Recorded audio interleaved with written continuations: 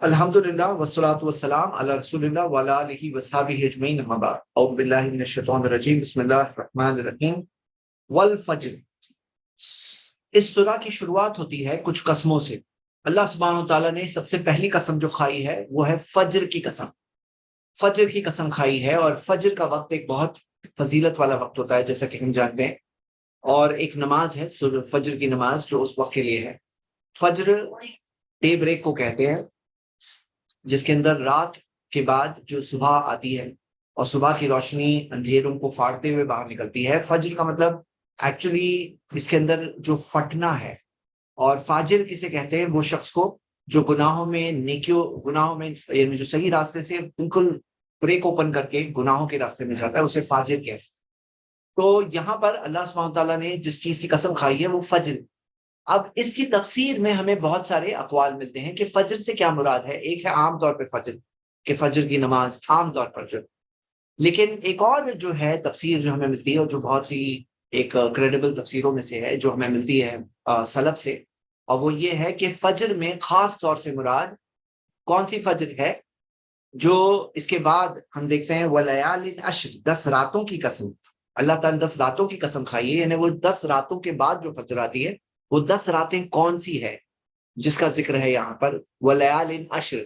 تو اس سے کنیکٹڈ کر کے ایک ویو مفسرین میں یہ ہے، اور وہ یہ ہے کہ لیالٍ عشر جو ہے 10 راتوں کی جو قسم اللہ تعالیٰ نے کھائی ہے، یہ 10 راتیں وہ 10 راتیں ہیں جو ذی الحجہ کی پہلی 10 راتیں۔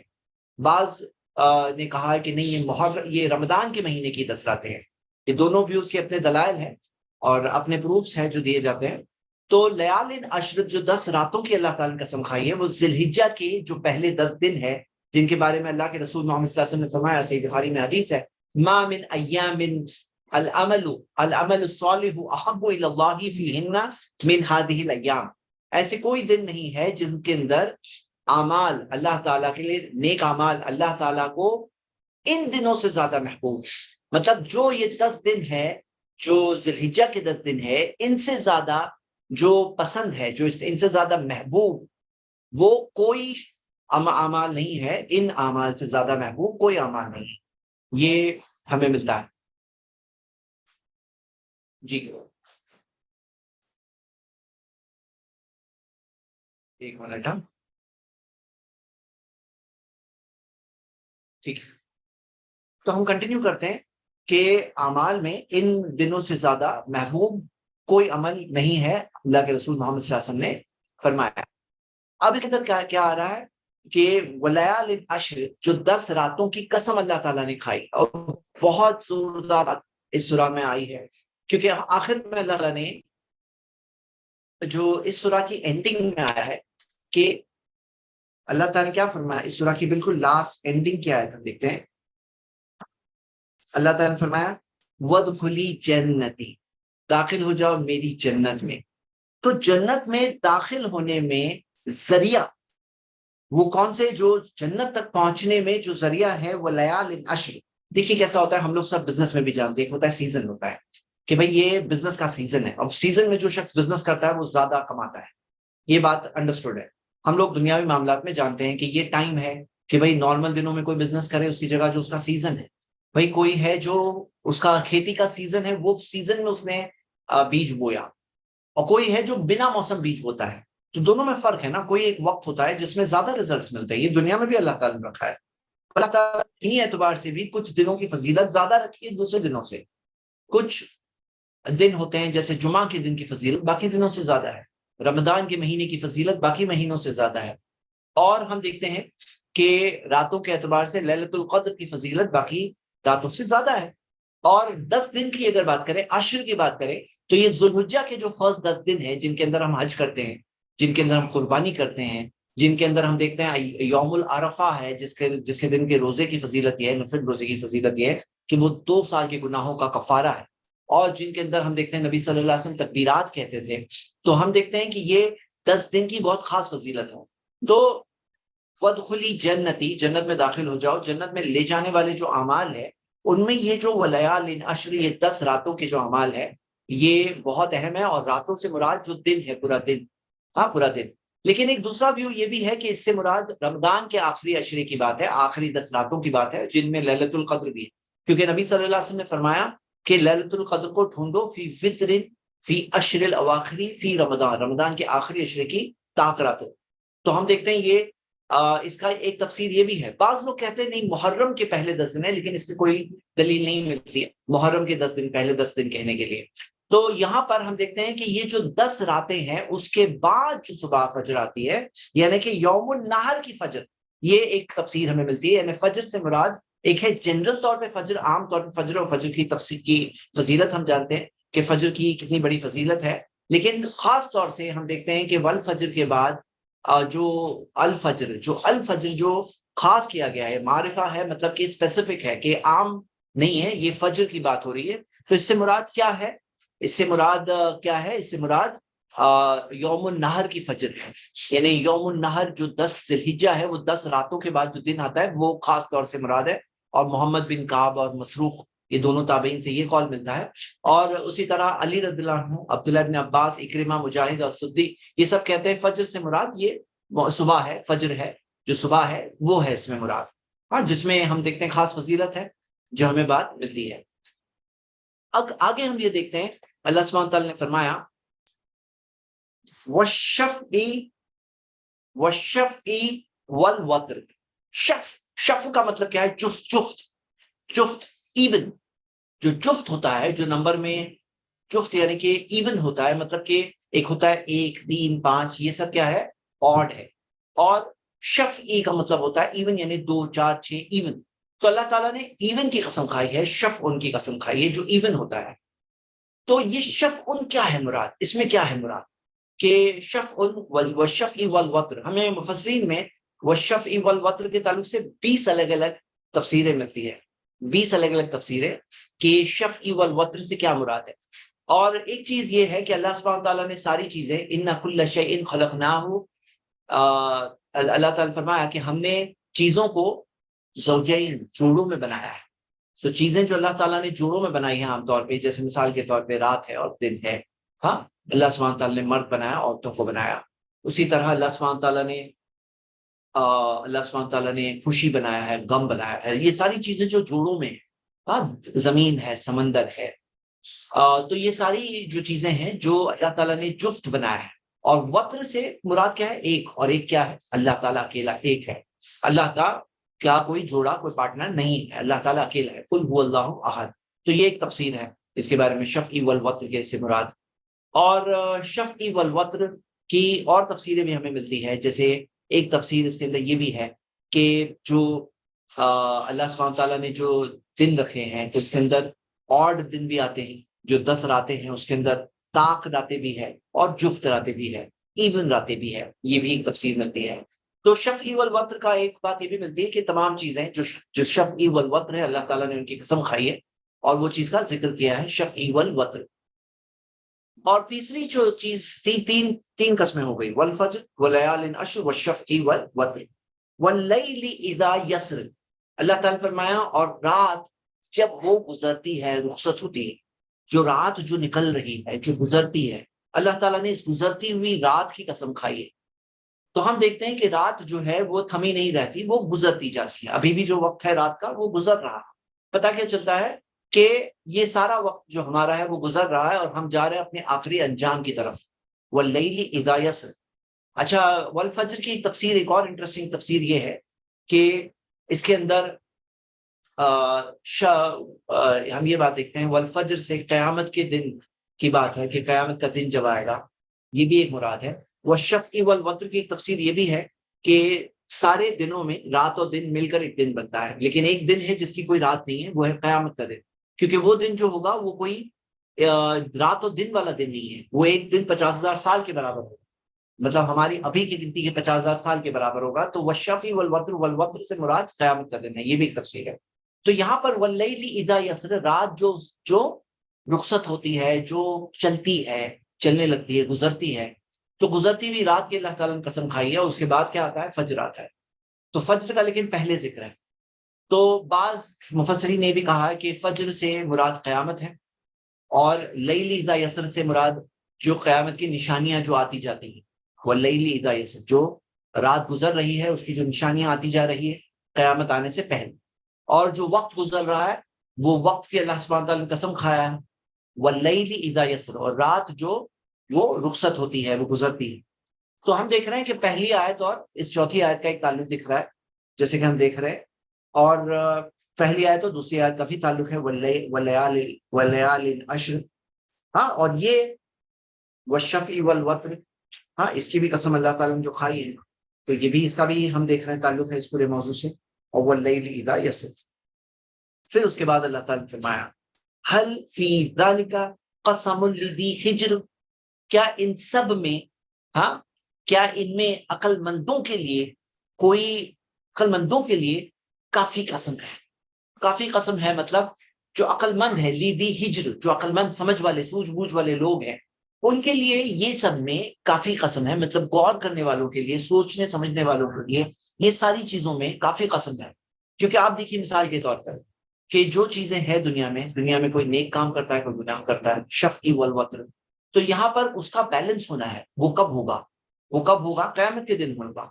تو اللہ سبحانہ تعالیٰ نے کہا ہے کہ اس میں قسم، ان قسموں میں ایک کافی قسم ہے، یعنی سوچنے والوں کے لیے ایک بہت بڑی بات ہے، لی ہجر، ہجر جو ہے کے اندر آپ دیکھیں گے تفسیر میں کثیر میں آپ کو بتانا چاہتا ہوں کہ ہجر کے اندر آپ دیکھیں گے، جیسے فار ایگزامپل ہجر البیت، جو حتیم کی ایریا ہے نا، اسے الہجر بھی کہتے ہیں، ہجر البیت، تو جو اس سے کیا ہوتا ہے، وہ بیریئر ہے جو ہمیں کعبے تک پہنچنے سے، کعبے کو ٹچ کرنے سے روکتا ہے۔ جو حتیم کا ایریا آپ نے دیکھا ہوگا، مارکنگ رکھی گئی ہے کعبے کے سامنے، جو ایک وقت پر کعبے کے اندر ہوا کرتا تھا، تو ہجر البیت۔ تو اس کے اندر کیا آپ دیکھیں گے کہ عقل جو ہوتی ہے وہ ایک انسان کو روکتی ہے گناہوں سے، غلط کاموں سے، سمجھداری کی چیزوں سے لے کے آتی ہے۔ عقل جو ایک اللہ تعالیٰ نے دیا ہے، یہ عقل کے بارے میں بات سوچیے، کیونکہ آگے ایک بات آنے والی ہے جس کا تعلق اس سے ہے، ہاں۔ اور پھر یہاں پہ اللہ تعالیٰ نے کیا فرمایا، وَيَقُولُ حِجْرًا مَحْجُورًا، کہ وہ کہے، اور وہ کہیں گے کہ ہجر محجورہ، بیریئر ہے جو ہم پار نہیں کر سکتے۔ تو ہجر کا مطلب ہے بیریئر، اور بیریئر سے مراد یعنی کہ عقل جو ہے ایک انسان کو روکتی ہے، ایک بیریئر بنتی ہے۔ کس چیز کے لیے بیریئر بنتی ہے؟ بیوقوفی والے کاموں کے سے عقل ہی تو روکتی ہے۔ اب کوئی انسان بیوقوفی والے کام کر سکتا ہے، لیکن اس کی عقل مندی ہوتی ہے جو اسے عقل اس کی روکتی ہے اس چیز سے۔ پھر آگے اللہ تعالیٰ نے فرمایا الم ترى کیف فعل ربک بعاد، کیا آپ دیکھتے نہیں، کیا آپ دیکھتے نہیں؟ تو ترا سے مراد سب سے پہلے کون ہے؟ نبی صلی اللہ علیہ وسلم۔ کیا آپ نے نہیں دیکھا؟ کیف فعل ربک بعاد، کہ کیسے تمہارے رب نے کیا عاد کے ساتھ، ہاں، تمہارے رب نے کیا کیا عاد کے ساتھ، کیا آپ نے نہیں دیکھا؟ تو اللہ تعالیٰ نے یہ سوال سب سے پہلے نبی صلی اللہ علیہ وسلم سے پوچھا ہے، اور اس کے بعد نبی صلی اللہ علیہ وسلم، ان کے بعد میں ہم سب سے بھی یہ سوال ہے کہ کیا تم نے نہیں دیکھا کہ کیا کیا تمہارے رب نے عاد کے ساتھ؟ عاد جو ہے، قوم عاد، یہ وہ پاورفل قوم ہے جو نوح علیہ السلام کے بعد میں اس زمین پر ڈومیننس میں تھی، یعنی کہ بہت اونچا اور بہت مضبوط مقام تھا اس قوم کا۔ نوح علیہ السلام کی قوم کے بعد میں یہ قوم تھی، اور یہ لوگ ہم دیکھتے ہیں کہ غلط کاموں کے پہ آ گئے تھے، اور ان کے پاس جو نبی بھیجے گئے وہ کون تھے؟ ہود علیہ السلام۔ تو ہود علیہ السلام کو بھیجا گیا تھا، تو اللہ تعالیٰ نے پوچھا کہ کیا تم نے دیکھا نہیں کہ کیا کیا تمہارے رب نے عاد کے ساتھ؟ اب یہاں پہ ایک چیز دیکھیے، ترا جو ہے نا، جہاں کہیں آتا ہے الم ترا، قرآن میں کئی جگہوں پہ الم ترا، ہاں، کیا تم دیکھتے نہیں؟ اولم یرو، کیا وہ لوگ یہ دیکھتے نہیں؟ ہاں، تو یہاں پہ ترا، یرا، یہ قرآن میں کئی جگہوں پر ہے۔ لیکن آپ اس چیز کو اگر کمپیئر کریں، اور یہ ایک بات میں بتاؤں، کیونکہ بعض لوگ یہ سوال پوچھتے ہیں کہ ترا، کیا آپ نے نہیں دیکھا؟ تو کیسے میں نہیں دیکھ سکتا؟ دیکھنے سے مراد یہاں پر عربک کے اندر ترا جو ہے ڈفرنٹ ہے اس چیز سے، جیسے ہم نے سورہ غاشیہ میں کیا دیکھا، اینڈنگ میں، سورہ غاشیہ کے اینڈنگ میں ہم نے پڑھے تھے، کیا پڑھے تھے سورہ غاشیہ کے مردوں میں، کہ افلا ينظرون الى الابل كيف خلقت، کیا وہ دیکھتے نہیں کہ اللہ تعالیٰ نے کیسے اونٹوں کو کہ اللہ تعالیٰ کے اونٹوں کو کیسے بنایا گیا ہے؟ کیا وہ لوگ یہ دیکھتے نہیں کہ اونٹوں کو کیسے بنایا گیا ہے؟ اب یہاں پہ دیکھیے، یہاں پہ اردو ترجمہ دیکھتے، اور انگلش میں لک، اور یہاں پہ علم تورا، اس کے اندر بھی کیا ترجمہ ہے؟ دیکھا، اور انگلش میں کیا ہے؟ کنسیڈرڈ ترجمہ کیا گیا، کنسیڈرڈ والا ترجمہ صحیح ہے۔ کیوں؟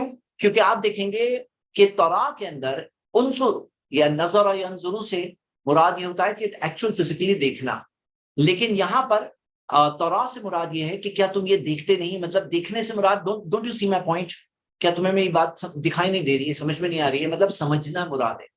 تورا سے مراد ہے کیا تم یہ سوچتے نہیں، کیا تم نے یہ کنسیڈر نہیں کیا، مطلب دیکھنا اردو میں لفظ جو ہے نا دیکھنا، یہ سینس میں بھی استعمال ہوتا ہے کہ کیا تم یہ نہیں دیکھ سکتے، دیکھ سکتے مطلب بات کو کوئی دیکھ سکتا ہے، تو وہاں مراد کیا ہے، دیکھنے سے مراد کیا ہے، دیکھنے سے مراد ہم دیکھتے ہیں دیکھنے سے مراد کیا ہے، سمجھنا، غور کرنا۔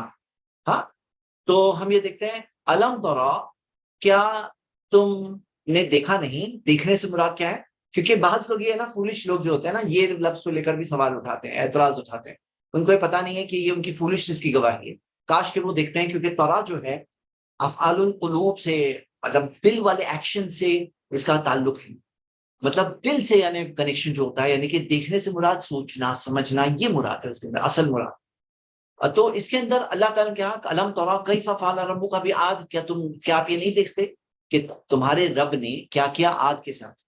تو یہاں عاد کے واقعہ ذکر آ رہا ہے جو ایک بہت ہی پاورفل قوم ہے، اور کیا کیا تمہارے رب نے عاد کے ساتھ، کیوں کیا، کیونکہ عاد نے ایسے کام کیا۔ ارم ذات العماد، ابن کثیر کہتے ہیں یہاں پہ ارم ذات العماد جو ذکر ہے تو یہ اس کا فردر ڈسکرپشن ہے، عاد کون، عاد کون، تو اللہ تعالیٰ فرمایا ارم ذات العماد، ارم جس کے پاس اونچے بلند کیا تھے، ستون تھے، پلرز تھے، ستونوں والے ارم کے ساتھ۔ تو ارم کیا ہے، اس میں مفسرین کے الگ الگ ویوز ہے، ابن کثیر اس طرف گئے کہ ارم جو ہے یہ انہوں نے ابن اسحاق جو ہسٹورین ہیں ان سے کوٹیشن دے کر وہ یہ کہتے ہیں کہ ارم جو تھے یہ پردادا تھے، عاد اور سمود دونوں کے پردادا، یعنی کہ عاد کے جو فرسٹ جنریشن جو ہے ارم، تو ارم جو ہے ایک دادا کا نام یہ کہا جاتا ہے، یہ بھی کہا جاتا ہے کہ ارم قبیلے کا نام ہے، جو عاد کے جو شروع کے قبیلے کا نام ارم ہے جہاں سے شروعات ہوئی تھی، یہ بھی ایک بات ہے۔ ایک بات یہ بھی کہی گئی ہے کہ ارم جو ہے یہ شہر جو جس میں عاد بستے تھے، اب آپ کو سورہ احقاف ہم پڑھ چکے ہیں، سورہ احقاف میں وہ جو علاقہ تھا اسے احقاف کہا گیا، لیکن یہاں ہم یہ دیکھ رہے ہیں کہ ارم جو ہے یہاں پر سے مراد کیا ہے، وہ شہر ہے، یہ بھی ایک سیکنڈ تفسیر میں ملتی ہے کہ شہر ہے یا وہ قبیلہ ہے۔ تو اللہ تعالیٰ نے کہا کہ ارم ذات العماد، وہ ارم جس کے پاس ستونوں والا، اور عاد کی بات کیا تھی، کنسٹرکشن کی کا ذکر آ رہا ہے، عاد کی کنسٹرکشن جو ان کے ستونوں کا خاص ذکر آ رہا ہے، جو اونچے بلند ستونوں کا ذکر آ رہا ہے، پلرز کا، یہ جو وہ لوگ جس طرح سے بناتے تھے اللہ تعالیٰ نے اس کا ذکر کیا ہے، ارم ذات العماد التي لم يخلق مثلها في البلاد، وہ جس کے جیسا نہیں بنایا گیا ہے فی البلاد، ملکوں میں، زمینوں میں، اس کے جیسے لم یخلق، ایسے ستون ایسے پلرز نہیں بنائے گئے ہیں زمینوں میں، یعنی اس زمانے کے اندر جو ساری زمینیں تھی اس میں اس جیسے پلرز اور ستون نہیں تھے جو عاد کا کنسٹرکشن تھا۔ اب یہ بڑی قوم کا ذکر ہے، ذرا غور کریں، ایک بہت بڑا کنیکشن ہم آج کے زمانے سے بھی دیکھیں گے انشاءاللہ۔ اللہ تعالیٰ نے فرمایا اس کے بعد سمود کے بارے میں، وَثَمُودَ الَّذِي جَابُوا الصَّخْرَ بِالْوَادِ، اور سمود جو جاب الصخرہ بالواد، جو جابو سے مراد کیا ہے کہ وہ کارونگ کرتے تھے، ہاں وہ کارونگ تراشتے تھے، کیا تراشتے تھے، صخرہ بڑے بڑے پتھروں میں، بالواد وادی میں، جو وادی میں جو پہاڑوں کے بیچ میں وادی ہے اس میں جو بڑے بڑے پتھروں میں تراشتے تھے، ہاں تراشتے تھے اس کے اندر، مطلب پہاڑ کی جو پتھر ہوتے ہیں اس کے اندر تراش کر کے اس کے اندر اپنے محل بنایا کرتے تھے۔ ظاہر سی بات ہے بہت اسٹرینتھ کی بات ہے، بہت طاقت چاہیے اس چیز کے لیے، بہت عالیشان اور خوبصورت کنسٹرکشن تھا ان کا، بالواد جو ذکر اللہ سبحانہ تعالیٰ نے قرآن میں کیا ہے، تو ایک عاد کا ذکر کیا ہے، ایک سمود کا ذکر کیا ہے، اور یہ کس چیز کے بعد، وہ قسموں کے بعد، وہ قسموں کے بعد، ذرا غور کریے، آپ کو کچھ باتیں سمجھنی ہے اس تعلق سے، وہ قسموں کی بات آئی، پھر اللہ تعالیٰ نے کہا کیا سمجھنے والوں کے لیے یہ بہت بڑی قسمیں نہیں ہیں، پھر اللہ سبحانہ تعالیٰ نے پچھلی قوموں کا ذکر کیا۔ اب پچھلی قوموں کا ذکر کیا ہے اللہ سبحانہ تعالیٰ نے، اب قیامت کے دن کے تعلق سے ہم دیکھتے ہیں کہ باتیں آئی ہیں، پچھلی صورتوں میں بھی آئی ہے، سورۃ القیامہ سے ہم دیکھ رہے ہیں قیامت کا ذکر آ رہا ہے، ہر سورہ میں قیامت کا ذکر آ رہا ہے۔ تو یہاں پر اللہ سبحانہ تعالیٰ نے یہ قوموں کا ذکر کیا جنہیں وہ دیکھ سکتے تھے۔ آپ دیکھو گے عاد سمود، یہ ان کا بہت زیادہ ذکر آپ کو قرآن میں ملے گا، عاد اور سمود، کیوں؟ کیونکہ عربوں کے بہت قریب کے علاقوں میں یہ عاد اور سمود بستے تھے، ان کی جو زمینیں تھیں جہاں پر سزا آئی تھی، اور جن کے روئنز، جن کے جو باقی جو اس کے جو لاسٹ کچھ چیزیں تھیں، ان کی نشانیاں وہاں باقی تھی، اور عرب اپنے سفر کی قبیل جب وہ سفروں کے دوران دیکھتے تھے اسے، تو اللہ تعالیٰ نے کہا کیا تم نے دیکھا نہیں کہ اللہ تعالیٰ نے کیا کیا؟ وہ کیا کیا وہ تو دیکھ سکتے ہیں نا، کیا حال ہے آج کا، اتنی بڑی سویلائزیشن بستی تھی، اتنے بڑے لوگ، اتنے پاورفل، اب ان کا کیا حال ہوا، سمود کا کیا حال ہوا، دیکھ سکتے تھے وہ لوگ گزرتے ہوئے اپنے ٹریڈ جرنیز میں دیکھ سکتے تھے. وہ سمود الذی نجاب الصخر بالواد، اور سمود جو وادی میں پتھروں کے اندر تراشتے تھے. اللہ تعالیٰ نے کہا کہ کیا تم نے دیکھا نہیں؟ وہ سوال یہاں ریپیٹڈ ہے، واو کی وجہ سے وہ پچھلا سوال یہاں بھی آتا ہے. وَفِرْعَوْنَ ذِي الْأَوْتَادِ، اور فرعون ذِل اوتاد. ذِل اوتاد کا مطلب کیا؟ میخوں والا، میخیں، سٹیکس، میخوں والا فرعون. تو یہ میخوں سے مراد کیا ہے؟ اس کی تفسیر میں ہم دیکھتے ہیں 3 باتیں آتی ہیں. ایک بات یہ آتی ہے جس کے اندر کئی سورسز ہے، اور میں اس کا حوالہ آپ کو دیتا ہوں، جس کے اندر ہم دیکھتے ہیں کہ بعض نے کہا ہے، ایک سیکنڈ جی، بعض مفسرین نے کہا ہے کہ میخوں سے مراد جو ہے، میں اسٹرانگسٹ ویو آپ کو 3rd نمبر پہ بتاؤں، فرسٹ دونوں ویوز بتا دیتا ہوں، پھر 3rd اسٹرانگسٹ ویو بتاتا ہوں، کہ میخوں والا فرعون جو کہا گیا، تو اس کے اندر مراد جو ہے وہ یہ ہے کہ میں ایک فائل کھول رہا ہوں تاکہ میں آپ کو ایک بیوٹیفل چیز اس بارے میں، ہاں، تو میخوں والا فرعون جو ذکر ہے یہاں پر،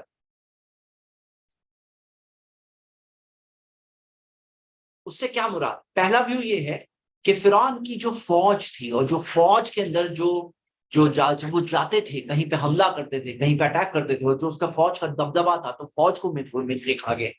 ایک سیکنڈ ویو یہ ہے کہ فرعون کا یہ معاملہ تھا کہ اس کا ٹارچر کا سسٹم یہ تھا، اور ابن کثیر نے اس ویو کو ذکر کیا ہے، دونوں ویوز جو میں بتا رہا ہوں ابن کثیر نے ذکر کیا ہے.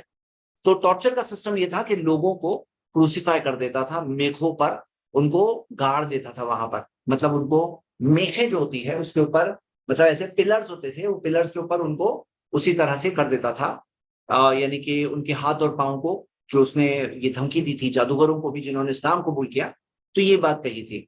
جی، تیسرا جو تیسری تفسیر ہے، ایک منٹ ہولڈ کریں، تیسری تفسیر جو اس بارے میں آتی ہے وہ میں بھی اس کو حوالے کے ساتھ بتاتا ہوں. یہ امام قرطبی نے تفسیر القرطبی میں ذکر کیا ہے. وہ کہتے ہیں وقال الضحاک کانا کثیر البنیان المانا ذل بنا المحکم، کہ فرعون کا جو اوتاد یعنی ذل بنا المحکم، یعنی کہ بڑی بڑی بلڈنگیں بنانے والا فرعون. وقال الضحاک نے کہا تھا بھائی کانا کثیر البنیان، کہ بہت ساری وہ بلڈنگز بناتا تھا، بہت ساری عمارتیں بناتا تھا. والبنیان یسمى اوتاد، یہ بلڈنگز کو اوتاد کہا گیا. ہاں، تو یہ میں نے حوالے کے ساتھ، سلف کے حوالے کے ساتھ یہ آپ کے سامنے رکھا. اور آپ دیکھو گے کہ تعجب کی بات یہ ہے کہ فیروز میں میرے سامنے ایک بک کا ریفرنس ہے، یہ ایک ہسٹورین کی ایک کچن اپنے کتاب میں لکھتے ہیں، فیرو ٹرائمپنٹ The Life and Times of Ramesses II King of Egypt. تو اس کے اندر یہ بتاتے ہیں کہ جو ٹائپ کا کنسٹرکشن جو فیرو سے ملتا ہے، اور خاص طور سے فرعون میں جو موسیٰ علیہ السلام والا فیرو، جس کے بارے میں ہم دیکھتے ہیں، اگر آپ دیکھو گے تو رامسس II جو ہے اسی کی لائف سپین اتنی لمبی تھی جیسے موسیٰ علیہ السلام کو جو فرعون سے پالا پڑا تھا، کہ بچپن میں بھی وہی فرعون تھا، بڑے ہو کے گئے تو بھی وہی فرعون تھا. تو اتنی بڑا لائف سپین فیروز میں اسی رامسس II کے پاس تھا، 66 ایئرس کی اس کے پاس حکومت کا پیریڈ تھا. تو ہم دیکھتے ہیں کہ یہ رامسس II جو ہے یہ کیا چیز کے لیے بہت مشہور تھا. وہ کہتے ہیں، یہ ہسٹورین کہتے ہیں، Ramses II surpassed not only the 18th dynasty but every other period in Egyptian history.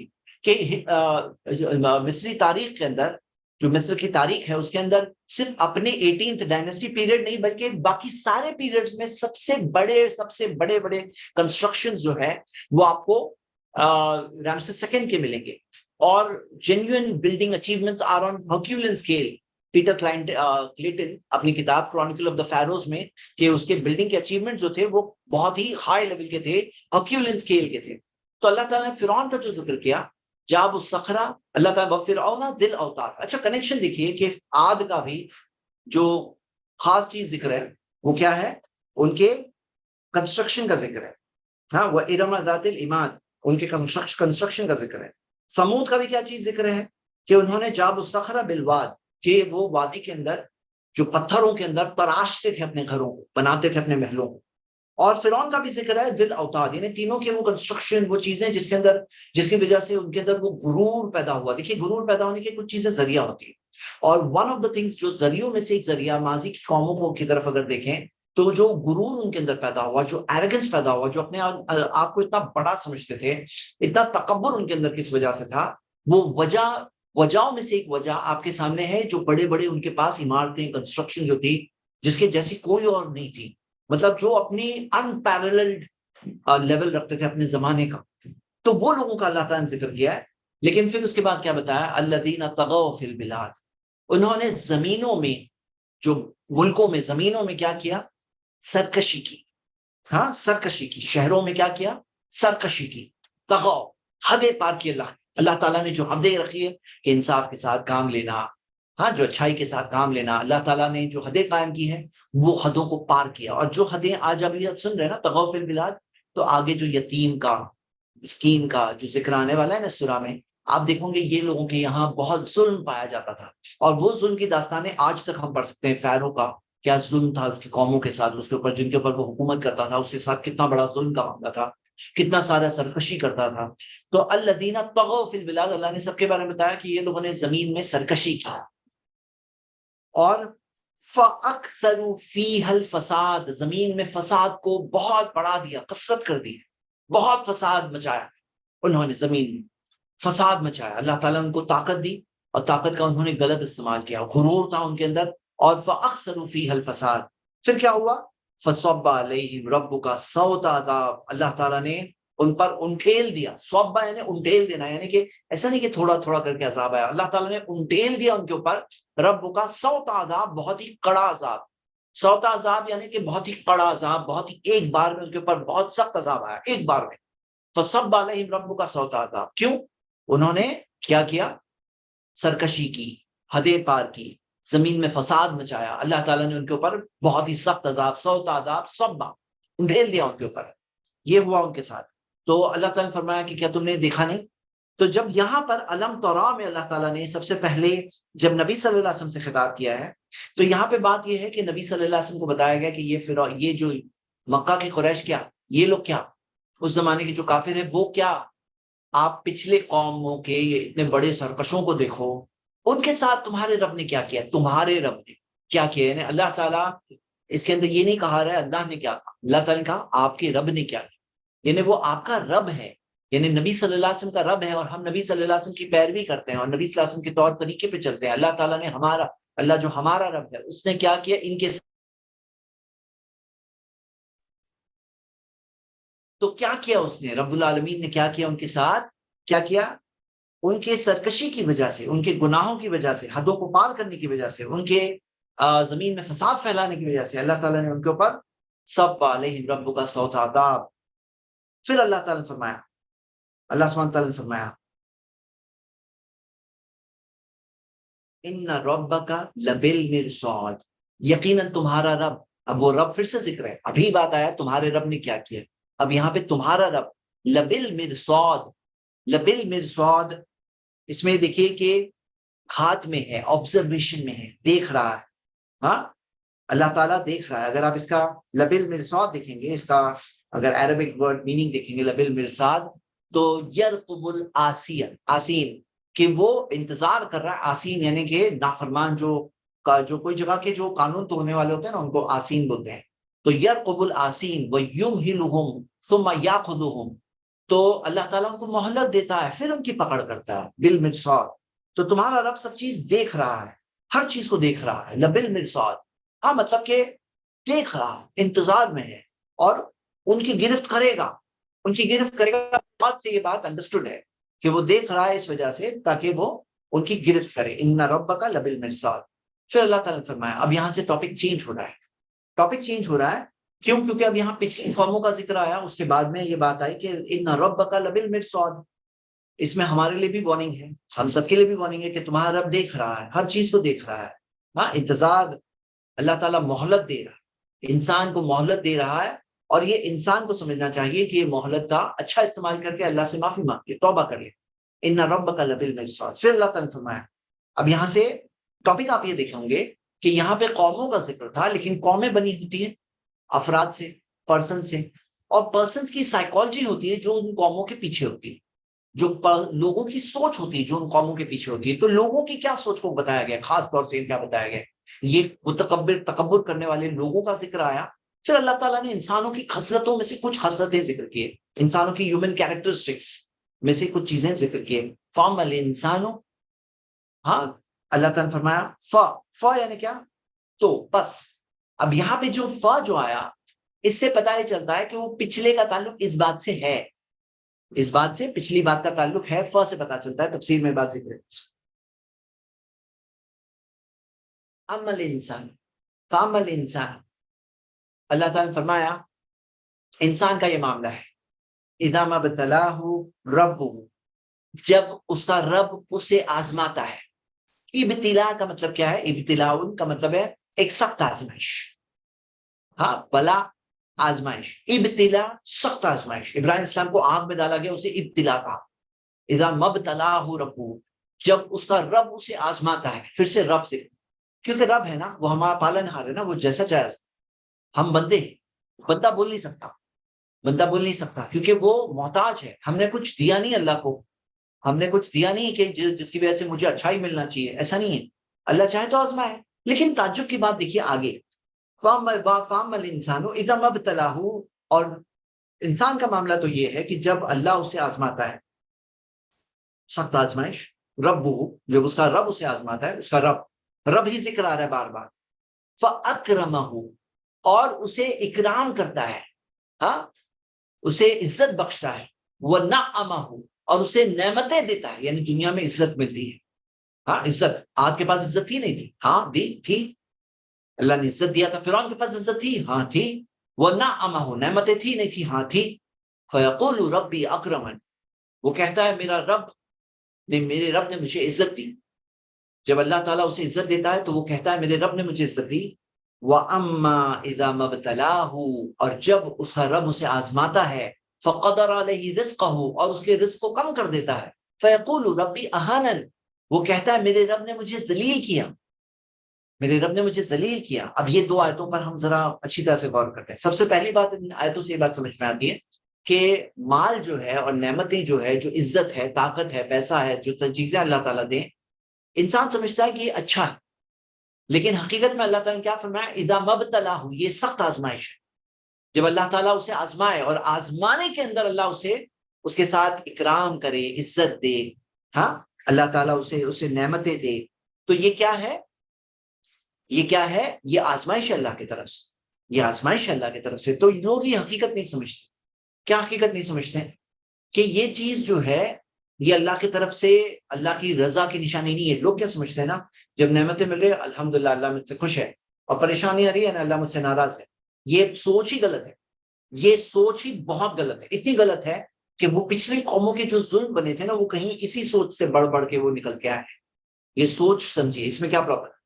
دیکھیے کیا ہوتا ہے, جب ایک انسان کو اللہ تعالیٰ نے خوشحال رکھا ہے تو اس کو سمجھنا چاہیے آزمائش ہے, بلکہ یہ سخت آزمائش ہے اللہ کی طرف سے, یہ بڑی آزمائش ہے اللہ. ایک منٹ,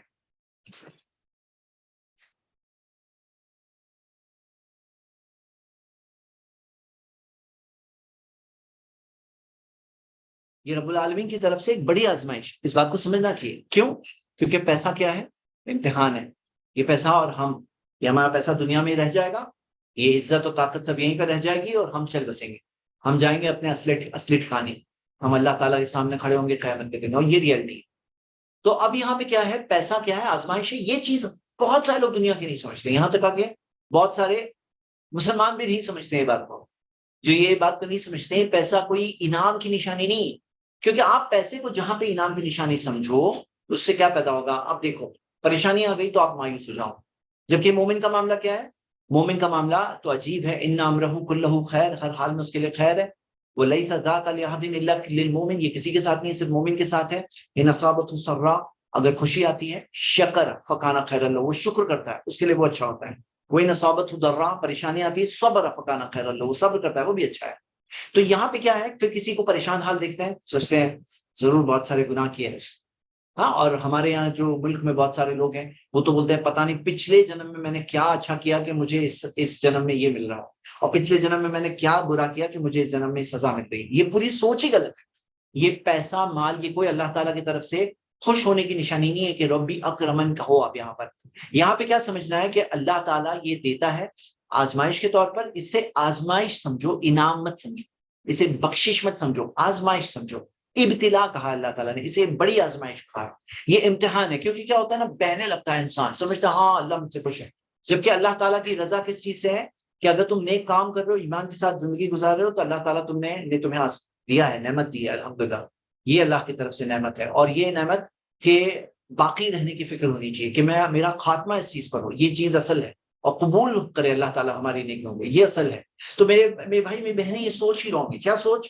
اگلی آیت دیکھیے، وَأَمَّا إِذَا مَا ابْتَلَاهُ فَقَدَرَ عَلَيْهِ رِزْقَهُ فَيَقُولُ رَبِّي أَهَانَنِ، کہ جب اللہ اسے آزمائے اور اس کے رزق میں کمی کر دے تو وہ کہے میرے رب نے مجھے ذلیل کیا، میرے رب نے مجھے ذلیل کیا. یہ غلط بات ہے. کیا ذلیل کیا؟ سب سے مشکل امتحان اللہ تعالیٰ نے کس کو دیا؟ نبیوں کو دیا. تو کیا نبیوں کو ذلیل کیا؟ نعوذ باللہ. ہاں اتنے مشکل امتحان آئے تو کیا اللہ نے ان کو ذلیل کیا؟ تو یہ سوچ ہی غلط ہے. کیا سوچ غلط ہے؟ کہ یہ سوچنا کہ نعمتیں، پیسہ آیا تو خوش، اللہ تعالیٰ کی طرف سے نعمت ہے، اور پریشانی آئی تو اللہ ذلیل کر رہا ہے. یہ بات ہی غلط ہے. یہ سوچ بالکل نہیں ہونی چاہیے. بھائی دنیا کو ہم چھوڑ کے جانے والے ہیں، تو اصلیت کو سمجھنا بہت ضروری ہے. فیقول ربی اہانن. ہاں اب آپ دیکھو کیسے اس کا کنیکشن آتا ہے کہ وہ لوگوں کے پاس، فرعون اور یہ سب کے پاس جب پیسہ تھا، عاد اور سمود کے پاس، اور ان کے پاس ایک نبی آ رہے ہیں جو کہہ رہے ہیں کہ تم لوگ جو کر رہے ہو غلط کر رہے ہو، صحیح راستہ یہ نہیں ہے.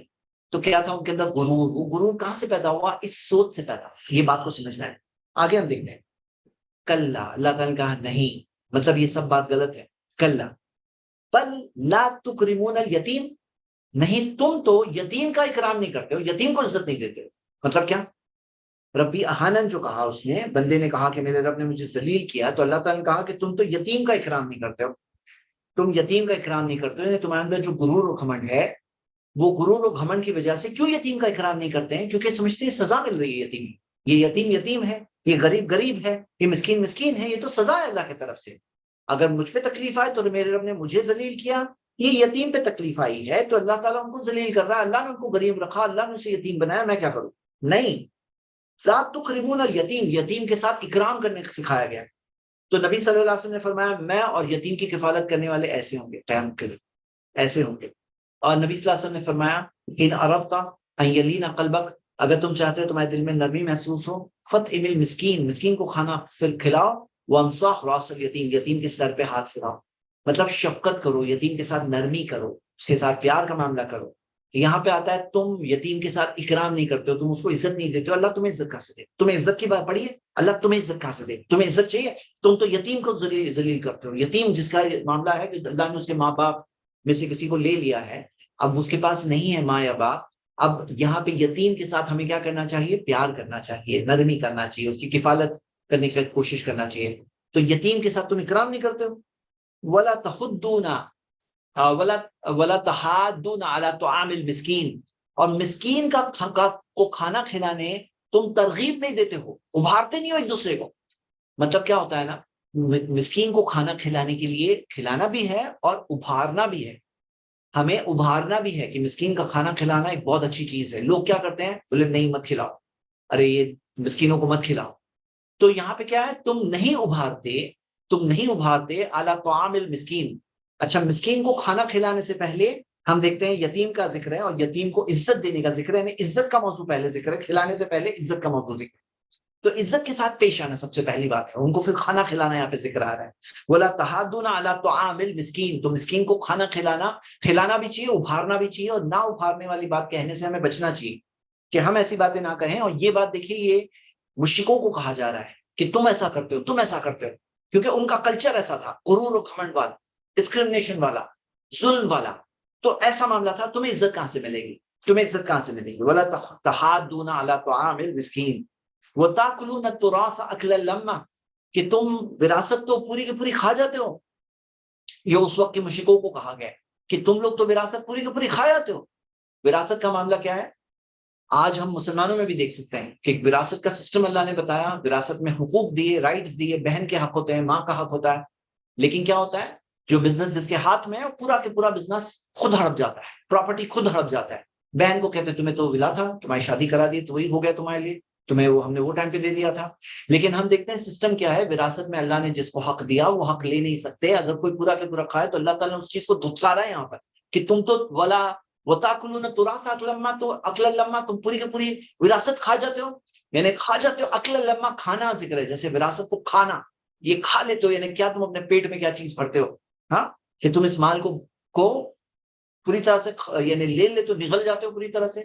یعنی وراثت کو نگلنے کا مطلب کیا, کسی اور کا مال ناحق طور پہ لے لینا. ولا وتاکلون التراث اکلا لما وتحبون المال حبا جما. بنیادی پرابلم کیا یہ ہے, چوتھی چیز میں چوتھی چیز ذکر ہے کہ تم مال سے بہت زیادہ جم کے محبت کرتے ہو, بہت زیادہ محبت کرتے ہو. ہاں, مال سے بہت زیادہ تم محبت کرتے ہو, حبا جما, بہت زیادہ. یہ اصل پرابلم. کیا پرابلم ہے, کیوں یتیم کو کھلانا نہیں ہے, کیوں یتیم کا اکرام نہیں کرنا ہے, کیونکہ جیب سے کچھ جائے گا نا, میں اکرام کروں گا, نیکسٹ اسٹیپ پیسے جائیں گے. اور کیوں یتیم کو کھانا کھلانے ابھارتے نہیں ہے, کیونکہ ابھاریں گے پھر کھلانا بھی پڑے گا, پیسے جائیں گے. اور مال کیوں پورا پورا نگل جاتے ہو, تراث مال جو ہے وراثت کا مال پوری طرح سے نگل جاتے ہو, کیوں, کیونکہ مال سے محبت ہے تمہیں. وہ تحبون المال حبا جما, اللہ تعالیٰ نے اس چیز کی برائی بتائی ہے, بنیادی برائی. پھر کہا کلا, ہرگز نہیں, اذا دکت الارض دکا دکا, کہ جب زمین پوری طرح سے رون دی جائے. یہ زمین جو ہے نا, جب پوری طرح سے رون دی جائے. اب دیکھیے زمین کا ذکر آیا تھا, اللہ سبحانہ تعالیٰ نے لاسٹ پچھلی سورہ میں بتا رہا ہوں ابھی, اللہ سبحانہ تعالیٰ کیا فرمایا, وَإِلَى الْأَرْضِ كَيْفَ سُطِحَتْ, زمین کو کیسے اللہ تعالیٰ نے پھیلایا. ایک سورہ میں اللہ تعالیٰ نے بتایا دیکھو کیسے اللہ نے زمین کو پھیلایا, اور دوسری سورہ اگلی سورہ میں اللہ تعالیٰ نے فرمایا کَلَّا إِذَا دُكَّتِ الْأَرْضُ دَكًّا دَكًّا, جب زمین پوری طرح سے رون دی جائیں گی قیامت کے دن. کیا ہوگا, زمین کن دکا کا مطلب ہے ایک کے بعد بار بار پوری طرح سے پورا پھوسا بھوسا کر دی جائے گی, اور پھر اس کے بعد ایک نئی زمین بنے گی جس میں کوئی ہائی لیول, بالکل فلیٹ پلین ہوگا, اس میں کوئی پہاڑ نہیں ہوگا, کوئی وادی, کوئی کھائی نہیں ہوگی, پوری طرح سے فلیٹ زمین ہوگی, وہ دوسری زمین ہوگی. نبدل الارض غیر الارض, کہ اس زمین کی جگہ دوسری زمین ہوگی. تو اللہ تعالیٰ نے فرمایا زمین کو پوری طرح سے اللہ تعالیٰ رون دے گا. یہ زمین کو مطلب یہ جو پراپرٹی, یہ تمہاری عمارتیں, یہ تمہارے کنسٹرکشنز, والفرعون ذی الاوتاد, ہاں, یہ ساری چیزیں پہاڑ میں تم وہ کرتے ہو, وہ سب قوموں پہ تو تبھی دنیا میں ہی سزا آ گئی. دیکھو سمجھو اس بات کو کہ وہ, اور یہ آگے سب کے ساتھ ہونے والا ہے, یہ زمین پوری طرح سے رون دی جائے گی. وَإِذَا دُكَّتِ الْأَرْضُ دَكًّا دَكًّا, یہ مال جس سے تم اتنی محبت کرتے ہو, یہ سب کچھ ختم ہو جائے گا, تہس نہس ہو جائے گا. تم بخ بچوں گے, تمہارا ایمان, تمہارے اعمال, یہ مال تو ختم ہونے والا ہے. جو تمہارے پاس کرنے کا موقع تھا وہ موقع تم کھو رہے ہو. کس وجہ سے کھو رہے ہو, کیونکہ تمہارے اندر ایک فنڈامنٹل پرابلم ہے. بنیادی پرابلم کیا ہے کہ تم سمجھتے ہو دنیا کے اندر مال اور طاقت یہ عزت کی نشانی ہے, اور تکلیف اور پریشانی یہ اللہ کی طرف سے ذلت کی نشانی ہے. تمہارا یہ پیرامیٹر ہے, اس وجہ سے تم ایسے ایسے کام کرتے ہو, اس وجہ سے تمہارے اندر غرور ہے. پچھلی قومیں پوری گواہ ہے, تمہارے اندر یہ سوچ کا پرابلم ہے. لیکن یہ مال جس سے تم اتنی محبت کرتے ہو, یہ پورا کے پورا رون دیا جائے گا, زمین ختم کر دی جائے گی. ہاں, حبن جمع کرتے ہو, دکن دکا ہونے والا. تم حبن جمع کرتے ہو, دکن دکا ہونے والا ہے. یہ اس کی اصلیت ہے. وَجَاءَ رَبُّكَ وَالْمَلَكُ صَفًّا صَفًّا, اور آئے گا تمہارا رب آئے گا. مطلب اللہ سبحانہ تعالیٰ جو بلند ہے, 7 آسمانوں کے اوپر ہے, الرحمن علی العرش استویٰ, عرش پہ مستوی ہے, وہ آئے گا قیامت کے دن. والملک, الملک فرشتے کو کہتے ہیں, سنگولر ہے, لیکن اس سے مراد جمع ہے. تفسیر جلالین میں آتا ہے کہ یہاں پر یہ اسم الجنس ہے, مطلب جیسے مثال کے طور پہ ایک سے پوری جنس مراد ہوتا ہے. سارے فرشتے آئیں گے, سارے فرشتے آئیں گے, وہ رب آئے گا اور سارے فرشتے آئیں گے, سارے جنس فرشتے, مطلب کہ جو پوری جو کیٹیگری ہے فرشتوں کی, ساری پوری کیٹیگری آئے گی. جیسے اس کے نہ کہیں کہ آدمی, جیسے ہم دوسری زبانوں میں بھی کہتے ہیں کہ آدمی لالچی ہے. تو آدمی لالچی مطلب آدمیوں کی جنس جو ہے, انسانوں کی جو جنس ہے وہ پوری لالچی ہوتی ہے. مطلب ایک مثال ہے, کبھی کبھار سنگولر استعمال کیا جاتا ہے سب کے لیے. تو یہاں پہ والملک جو فرشتے جو مراد ہے, فرشتہ جو ذکر ہے اس سے فرشتے مراد ہے, اور سب کے سب فرشتے صفن صفا, صفن صفا, اتنے سارے فرشتے صف در صف, سر در سر, یعنی پوری طرح سے آرگنائزڈ, صفن صفا. اور تمہارا رب آئے گا ایک ایسی طرح. اللہ کا آنا جو ہے ہم دیکھتے ہیں اللہ تعالیٰ کے جیسا کوئی نہیں, لیسا کمثلہ شیء, اس کے مثل کوئی نہیں. تو اس کے آنے کے جیسا کسی کا آنا نہیں. جو نازل ہوتا ہے وہ دنیا کے آسمان پر, اس کے جیسا کسی کا نازل ہونا نہیں ہے. جیسے اللہ تعالیٰ تمام کمیوں سے پاک ہے, وَلَهُ الْمَثَلُ الْأَعْلَىٰ, اللہ کے لیے ہے سب سے اونچا ڈسکرپشن, اونچا بیان. تو ہم دیکھتے ہیں اللہ تعالیٰ کا آنا کیسا ہے. اللہ کیسے آئے گا, شایان شان, جس طرح سے جو اس کے شایان شان ہے اس طرح سے آئے گا. بعض لوگ اس کے اوپر اعتراض اٹھاتے بولے یہ کیسے ممکن ہے، یہ تمہارے جیسا نہیں آئے گا، تم اپنے ایسا سوچ رکھے ہو، یہ مین پرابلم، اللہ کے جیسا تو کوئی نہیں۔ تو ہم اللہ کی صفات کا انکار بھی نہیں کرتے، اس کی تحریف کر کے بدلتے بھی نہیں۔ بعض لوگ کہتے جا کا مطلب ہے حکم آئے گا، حکم آئے گا نہیں دیا ہے، تمہارا رب آئے گا دیا، وہ آئے گا، کیسے آئے گا؟ جو اس کے شان ہے، in a manner which befits his majesty۔ تو اس کے اندر ہم انکار نہیں کریں گے، اللہ تعالیٰ نے جو اپنے بارے میں کوئی بات کہی ہے، جو اللہ نے اس بات کیا، وہ انکار ہم نہیں کریں گے۔ جو اللہ نے اپنے بارے میں کہا ہم کیسے انکار کر سکتے ہیں؟ نہ ہم اس کی میننگ چینج کر سکتے ہیں، ہاں، تو یہ بات کو سمجھنا چاہیے۔ نہ ہم اس کے لیے مثالیں بتائیں گے کہ آنا ایسا آنا ہے ویسا آنا ہے، ہم نہیں کہیں گے، جیسا اس کی شان ہے وہ ہم کہیں گے، اس کے جیسا تو کچھ بھی نہیں۔ تو ہم دیکھتے ہیں وَجَاءَ رَبُّكَ وَالْمَلَكُ صَفًّا صَفًّا، تو یہ آسمان جو ذکر ہے، ابھی ہم نے پچھلی سورہ میں پڑھے تھے، کیا پڑھے تھے؟ اللہ سبحانہ تعالیٰ نے کیا چیز ذکر کیا؟ کیا تم آسمان کی طرف نہیں دیکھتے ہو؟ کیف رفعت، کس طرح سے اللہ ہم سے بلند کیا ہے۔ اب یہ آسمان پھٹ جائے گا اور آئے گا تمہارا رب اور سارے فرشتے صفًا صفًا۔ وَجِیءَ یَوْمَئِذٍ بِجَہَنَّمَ، اس دن جہنم کو لایا جائے گا، اس دن جہنم کو لایا جائے گا، اور اس کی تفسیر ہمیں، تفصیلات اس کی ڈیٹیلز ہمیں حدیث میں ملتی ہے کہ جہنم کو لایا جائے گا، اس سے کیا مراد ہے؟ صحیح مسلم میں حدیث ہے کہ اللہ کے رسول صلی اللہ علیہ وسلم نے فرمایا کہ اس دن، قیامت کے دن، جہنم کو لایا جائے گا اور اس کے 70,000 زمام، 70,000 جو اس کی وہ جو کھینچنے کے لیے لیشز ہوں گے، ہاں، 70,000 اس کی جو وہ اس کی رسیاں ہوگی، اور 70,000 ہوگی، ان سارے 70,000 کو کھینچنے والے 70,000 فرشتے ہوں گے، ہاں، 70,000 فرشتے ہوں گے جو یہ سارے 70,000 کو کھینچیں گے۔ تو 70,000 ملٹیپلائڈ بائی 70,000، وہ فرشتوں کی سائز بھی ذکر نہیں ہے کہ وہ فرشتوں کی کیا سائز ہے، کیوں؟ کیونکہ فرشتے الگ الگ سائز کے ہیں۔ ہم دیکھتے ہیں فرشتوں کے اندر جو عام فرشتے ہیں، اور جبریل امین کا ذکر ہے، اور جو اللہ کے عرش کو تھامے ہوئے 8 فرشتے ہیں، تو فرشتوں کا سائز الگ الگ ہے۔ 70,000 فرشتے جو جہنم لائی جائے گی، جو جہنم کو آج ہم دیکھ نہیں سکتے، تو اللہ تعالیٰ نے فرمایا وَجِیءَ یَوْمَئِذٍ بِجَہَنَّمَ، اس دن جہنم لائی جائے گی۔ یَوْمَئِذٍ یَتَذَکَّرُ الْإِنسَانُ، اس دن انسان نصیحت حاصل کر لے گا، نصیحت حاصل کر لے گا۔ وَأَنَّىٰ لَهُ الذِّکْرَىٰ، لیکن ایسی نصیحت اسے کیا فائدہ پہنچائے گی؟